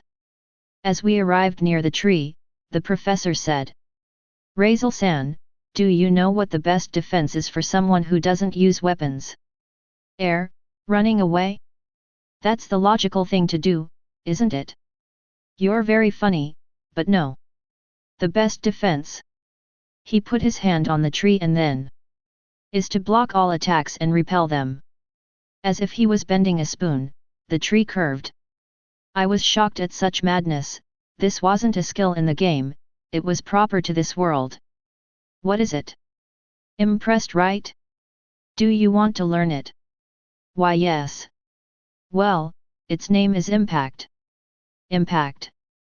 It's a technique that me and an old friend learned in an eastern country which was destroyed years later by the Demon Knight. In its natural language it's Shouchki. But in ours it is pronounced differently. Impact is a neutral skill that can be both offensive and defensive, all you have to do which is to flow your magic power like a tap or stream. The magic power flows into your body and you send it up to your hand, where you can execute the option either to repel or counter a blow. For example, what you saw. That's repel, the defensive mode. And this is counter, attack me. I was so astonished that I said to myself afterwards. What the hell did he say? He was asking me to attack him, and also handed me a sword he brought with him. Come on, attack me. Nothing will happen to me. I was looking at him doubtfully since what he said was very strange. Razel-sama, if that man says to attack him, you should do it. Or would Manfred Dono prefer that I do it? I told the boy to do it. If I would ask you, Glenn Dono, it would be a fight. I'm a simple butler, I don't fight. Alright. For some reason the look on both of their faces reminded me of idol interviews that were live, and they'd be asked about their private lives and try to evade the topic. But I didn't care, so I listened to him. I used all my strength and swung the sword in the direction of his neck. I hope you dodge it, old man. You think because your opponent is armed and you're not, you can't win? That's why you're a fool. He quickly placed his hand in front of him and the sword that should have pierced his hand, was left in the air. I didn't understand what was going on, but he explained. Countering is the same as a magnet, when two equal poles attract the effect is negative, in this case the sword is imbued with magical power. Using magic power in weapons was normal, it was rare for it not to be used. For that reason is that the tip of the sword seems to retract. They are in equal synchrony, magic power is like a stream, it makes the other streams join it if they cross. And this is what happens when the magnet is the one pushing the opposite pole. The sword was bending and finally broke into pieces. This thing is awesome. If I knew how to handle something like this, I could repel magical attacks like the Ifrit's great fireball or Regulux's whips of light. I bowed and pleaded. Please professor, teach me how to use it. I came for that, but it's not easy. Learning this can take years, but since we're short on time I'll help you advance quickly. So. The teacher smiled at me and held out his hand. Razel-san, let's follow the road of impact together. I felt weird about the way he said it, it must be just me. But I had just gotten something very useful for my future fights. Yes. I'm counting on you, master. And so, I became the master's disciple. Days passed and soon it would be the big day of battle, I would find myself in the garden practicing impact. Sometimes it would go wrong and I would go flying through the air. While I was very quiet, someone approached me. What the hell are you doing? It's the person no, the monster I didn't expect to see, the final boss of the game, Desmond. Which became the final boss after killing all the demon kings. Normally I would be on the ground begging him not to get angry, but now I have the confidence to challenge him. I'm training, can't you see? Huh? You call that game training? In short, you're stupid, jjj. I didn't like him making fun of me, but I also couldn't make him angry after declaring that everyone in this place is his hostage. We humans push our bodies to the limit to become stronger. HOH? Is that so? Prove it. Excuse me. Right now attack me, come on, be a man and not a pussy. This bastard was grinning like a psycho, but I'll take his word for it. I pretended to reject his proposal and threw a kick at his face, the bastard backed away dodging it. But I didn't give him a chance. I activated my god of lightning speed, or Ragen, to deliver a flurry of blows at high speed. He used his hands to repel all the blows. The garden was our combat zone. He was moving at high speed, but I kept up with him. In the blink of an eye I was behind him and when I was about to hit him, he disappeared. He moved at great speed from one moment to the next. I launched myself again to give him a rain of blows and he with his smile repelled all of them, so I thought of using what the master taught me. I lightly placed my hand on his face and then shouted. Impact! A small light shone and both me and the Demon King flew backwards. I quickly got to my feet and noticed that he had wounds, but in the case of him who only had a scratch, it showed that I could hurt him. The Demon King is no big deal. Hey, what are you waiting for? I want to go eat. The simulator I thought in my head was over. The Demon King was facing me with his confident smile. I did the same thing I was about to do in the simulator. When everything was turning out the same. The moment I tried to approach to kick him, I watched as his fist approached at high speed. The fist was growing as if it was the hand of a giant approaching from miles away. I couldn't move, the air pressure was decreasing and so was my breathing. Instead of blowing my head off, he missed the punch on purpose and sent it skyward. My hair was in disarray from the enormous pressure. Before he turned and left, he told me to look up. This is the absolute power. Always the powerful will make the weak look like the pests they are, jjj. At that moment I understood as my eyes widened like plates. There's no way I can defeat him. Even if Lily and the others end up like in the game, this guy is in a totally different league. I thought that as all the clouds in the sky disappeared. This was the power of the Demon King. The absolute power of the final boss. Chapter 70 Shadow Movement. I'm glad you all could come. I'm so glad to see your support in this situation. Please enjoy this party as a token of my affection for your support. It was evening and a party was being held at the Rosenberg mansion. The guests were officials, diplomats, upstart nobles, knights and merchants who belonged to the Rosenberg household faction. Apparently there is a thing called the anti-Rosenberg faction, that's why our vassals are called part of our faction. Barbara was in a beautiful dress giving a speech as tomorrow would be the battle. Just by looking at the faces of the people gathered here I can tell that no one wants tomorrow to come. Fighting against the imperial family is the stupidest thing in the world. No one wants to die or lose against them as it would mean the end of them. I was standing next to Eli who was greeting vassals of Rosenberg household before all that trouble happened. A man approached as Eli finished greeting a couple. She looked excited. Uncle Carmichael. A man possibly in his late 40s, grey hair and glasses approached. You look great, Elise-chan. Yes. Thank you for coming. No, it's normal for me to come. After all, you are my niece by name. As I was lost in conversation, Eli explained.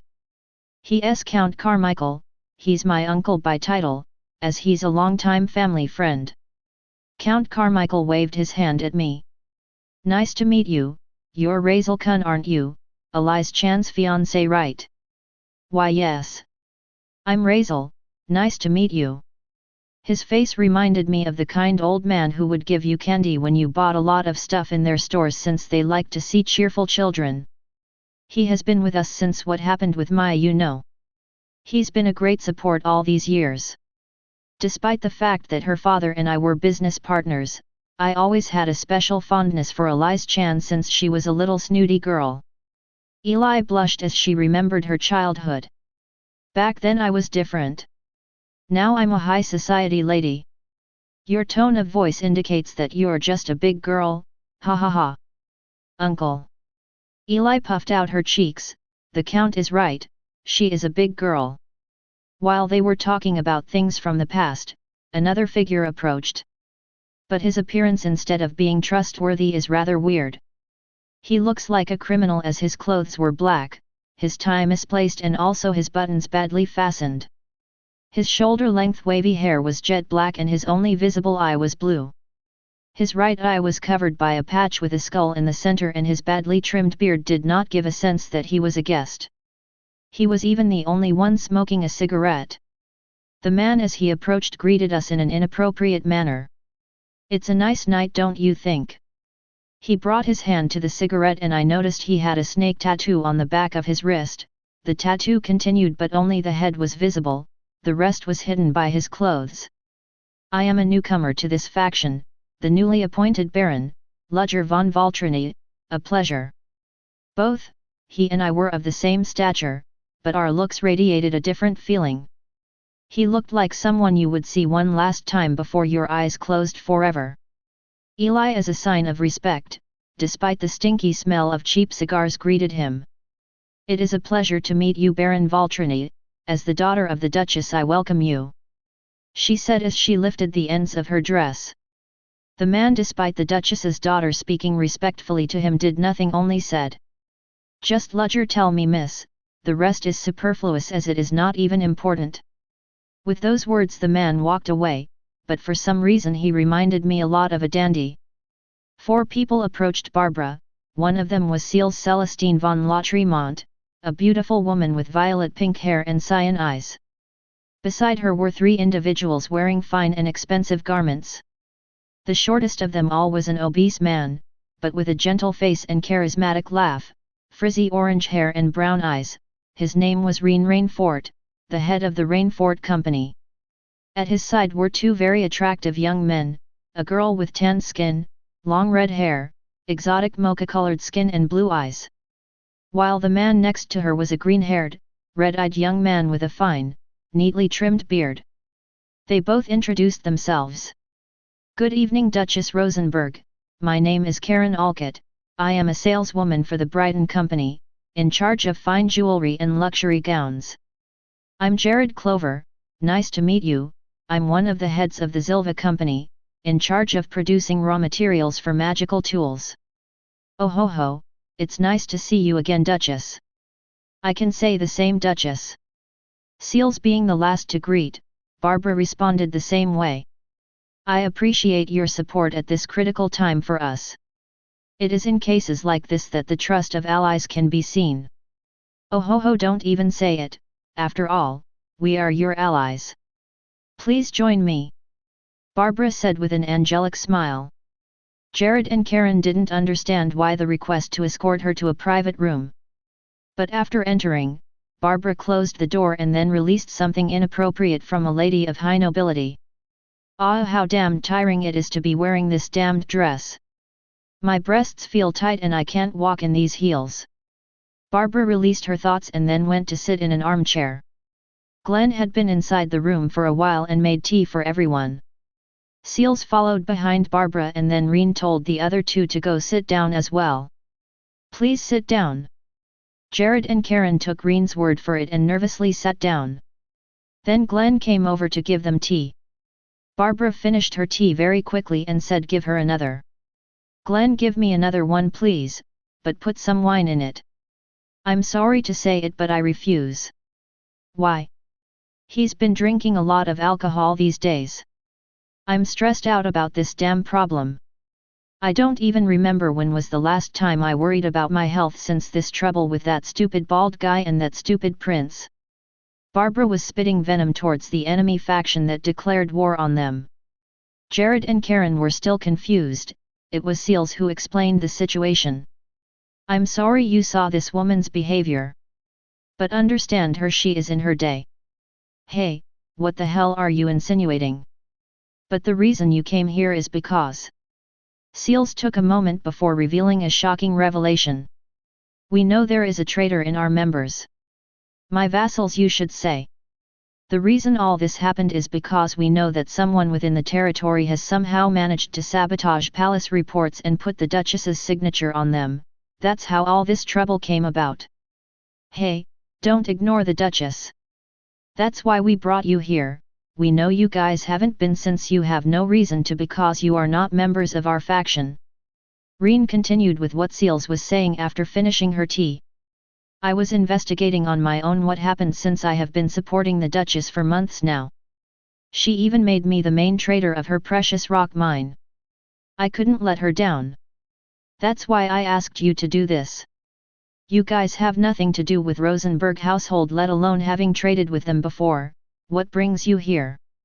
Karen, who up until this point was acting like a scared kitten, revealed her true self.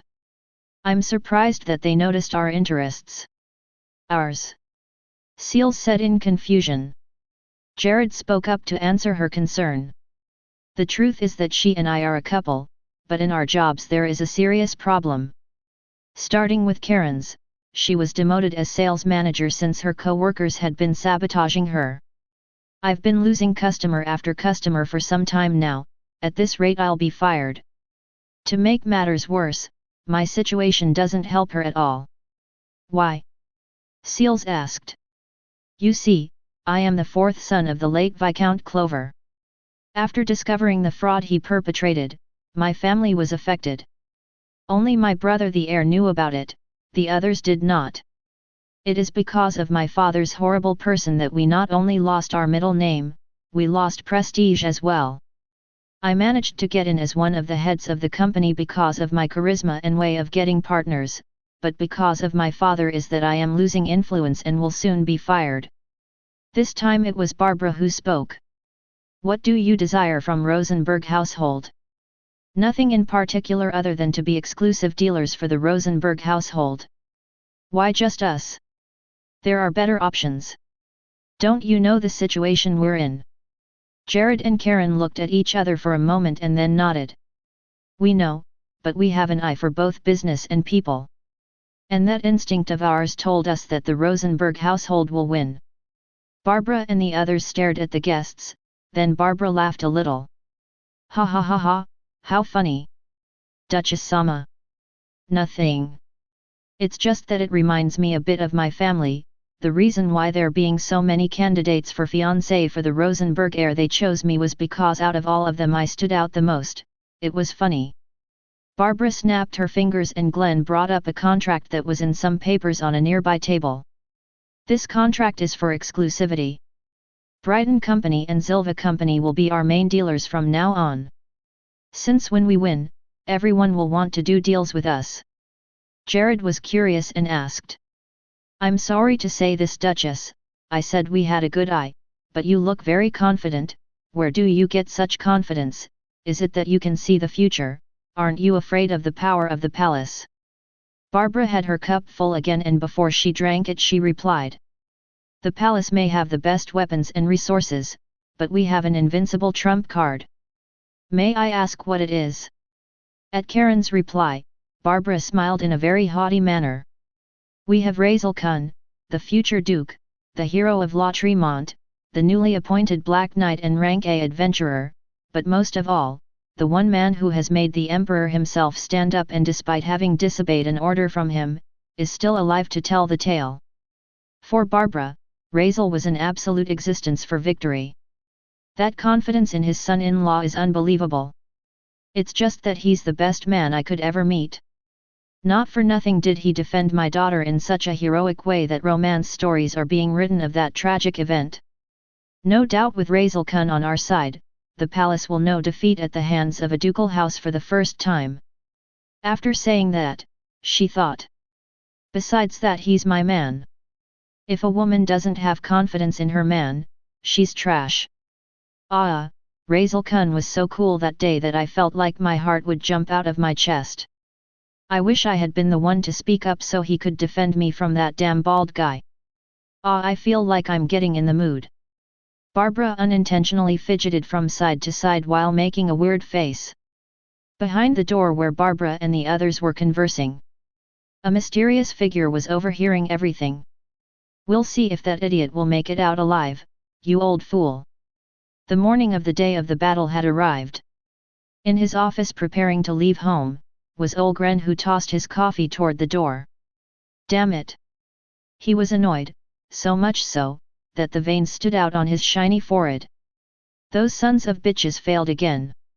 Olgren had for days now sent assassins after Razel's life, all of them failed. Worst of all, the Rosenberg faction's spy reported yesterday that he heard that Razel was the Rosenberg's perfect weapon. Declaring that snotty little shit is their trump card, how dare those idiots declare such barbarity? Get out! From the floor of his office, a shadow appeared out of nowhere, a huge body emerged from the ground. It wore a black cloak that covered its entire body. Do you wish for something? Go kill that bastard! Is that an order from His Highness the Second Prince? I am His Highness Blake's chief benefactor. My word is his word. Go to now and take him to a hidden place and kill him. The Rosenbergs nor anyone else must see you. But you must eliminate him before the battle. Olgren clutched his head and then broke out in a cold sweat from fear. That brat had to eliminate all the assassins I sent. He knows I'm part of the Black Crows.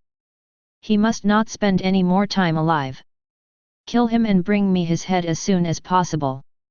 Understood. The mysterious figure vanished as Olgren continued to ramble on. The leader will kill me if I fail. I must win, whatever I do. Grin. Grin. A man came rushing quickly into Olgren's office. What is it, my lord? You have everything ready for battle. Grin smiled a grim smile. Yes. Everyone is more than ready, I even made unexpected adjustments, our victory is clear. Good, I understand. Then I'm off. Wait. Yes. I feel a little bad, so I'm appointing you as the flagship commander. Really? Yes, I'm putting you in charge of everything. Don't worry, I'll make sure the Rosenbergs are eliminated. Sure. Grin left the room as Olgren shivered before sitting down. Everything will be fine, the palace is invincible. The reason I chose the second prince and not the heir is because the Prime Minister backs the heir. Because I'm trustworthy, the Prime Minister let me be Blake's main benefactor. I'm going to win. I will win. The second prince will not lose. Gorororora. A certain person came to the Rosenberg household. I heard that you guys are going to fight the second prince, let me tell you that he has my support. It was Jake's father, Duke Fitzclarence.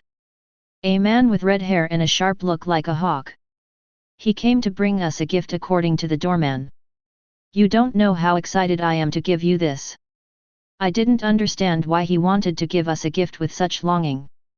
As we walked out to the backyard, we all made the same drawing face. There, a huge 400-meter-long airship sat at anchor. How on earth could something like that fit in the garden? No doubt the territory is large, but this is overkill. The airship was a beautiful dark blue color, on its sails it had the Rosenberg household emblem drawn, a beautiful red rose. On the bow was a large red horn, the horn seemed to have been armored in parts, it had a bifurcation as it joined the two ends. The weirdest and most grotesque thing was that underneath the body was a wooden carving of the Duke's face. Eli looked a little disgusted at that, but put aside her disgust and asked the Duke.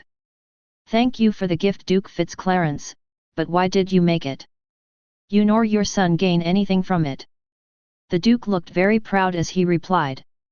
Alvin's daughter, no, Barbara's daughter. It is normal for dukes who hate the imperial family to help each other. No. We don't hate the imperial family, that would be treason. Please don't lump us together with you. I don't want any more trouble to my house. Take it away. I refuse, I already spoke to the captain of the old flagship and now all your vassals know that the Rosenblatt is the flagship. Rosenblatt. Indeed. This boy was created what maximum magical technology the Ministry of Magic, the section in charge of my great person, could make, ha ha ha ha ha. The Duke rejoiced as he laughed like an ape. Eli wanted to argue further, but fell silent. I'm afraid I'll get a headache if I try to argue with you. We'll take it to this Rosen something. Rosenblatt. I got the name from your last name. Hey. Like the petal of a rose that falls when it dies, it can be raised for good so that its beauty will not go to waste.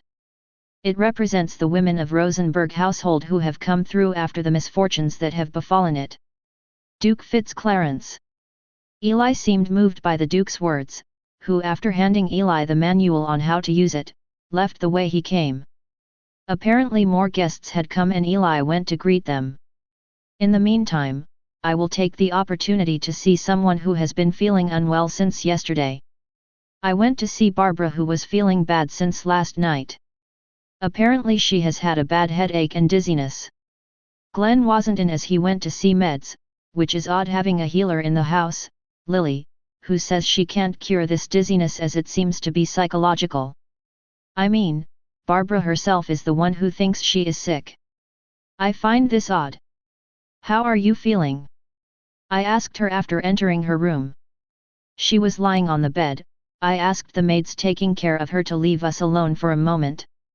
Just fine, I just have a headache and every now and then I have vomiting. Lily said it's psychological. It must be from all this stress going on. Barbara got embarrassed and turned her head away from me. This vacation was supposed to be special for all of us. We'd finally have time for you to spend together with Eli and the other girls. But those stupid people have ruined everything for us and the month is almost over.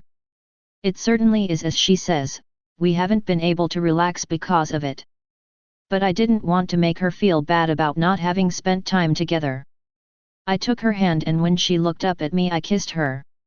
It was a kiss between lovers and very innocent. Our lips touched and there was no tongue. As I pulled my lips away, a slight trace of saliva bridged it. Don't worry, I will win. Nothing bad will happen to you or this house as long as I'm here. Barbara couldn't seem to take what I said and pulled the covers over herself. Gosh! In a coy, charming way she let her eyes show. If you say that, this old woman will only make her fall more in love with you. Why are you so wonderful? It should be a crime that there's a man as wonderful as you. He, in that case, these breasts should be illegal too. I jumped up and fell on her ample breasts. I thoroughly enjoyed moving my face from side to side as she screamed in a teasing and cute way. Kaya! Razel-kun is so lustful, I'm being assaulted, no. While we were playing for a bit, the door opened as someone knocked. Duchess, I was informed by the chief butler that it will take longer than. Cordelia, who had her eyes closed, walked in. Opening them, she watched me bridging Barbara's breasts. Her expression was as if she had seen the worst scumbag in the world. Before closing the door she said, "Forget what I said. Go on with what you were doing." Cordelia as she closed the room sighed. Good heavens! It was a sigh of disappointment. But not for Barbara, but for Razel. Despite the situation we find ourselves in, that good-for-nothing thinks only of perverted things. Truly what a horrible future awaits this house. On that we agree. Quickly Cordelia turned around when a mysterious hoarse voice was heard behind her. Standing there was a large man in a black cloak and mask. Cordelia couldn't scream as another black-cloaked man covered her mouth. "There is no one closer than you, so you will serve." Cordelia wanted to cry, she didn't understand anything. The mysterious figures along with her disappeared. After freeing myself from Barbara's hypnotic breasts, I left the room to find Cordelia and tell her not to think badly of me. Despite the fact that not much had happened, and the hallway is very long, she was gone. I thought she was very quick, but before I re-entered the room, I noticed a piece of paper on the floor. What about this? Picking up the paper, it had a message written on it which distorted my face. If you want her back and in one piece, come to this address alone. We will not guarantee her life if you do not comply with this order. Who the hell did this? I had no idea what this meant until I found Cordelia's glasses. They could be anyone's glasses, but hers had an attachment on one side in the shape of a dolphin. It would be weird this coincidence. Just in case, I'll quickly run through the mansion. After several minutes of doing so at high speed, Cordelia was nowhere to be found. So she really was kidnapped. Then, may I know what they wish for? A few moments ago 6 figures appeared in the residence. They were the capture targets, among them was Cid. Regulux a little nervously said. Why you see Eli's? We want to help them. Ha! Eli's face implied that he was told a very stupid joke. But Cid backed Regulux up. It's like he says. The thing is, we don't agree on what Blake and Isama does. That's right. Blake is bad and we want to help them. The more hands the better, right? Regulux, despite saying that, had another motive that he couldn't reveal. Ever since I was a kid, I always got along with Blake, we never fought or yelled at each other, so I thought the event where he felt threatened by me and Lily would never happen. But the situation somehow ended up just like in the game. It was Oscar who spoke now. It will be an aerial battle from what I heard. After what happened with Razel, we don't want to stay behind him, this is a good chance not to lose to him. Hey Oscar, don't show that you want to have a rematch with that guy. By the way, why does he always seem to get involved in things like this? I appreciate your words, but we...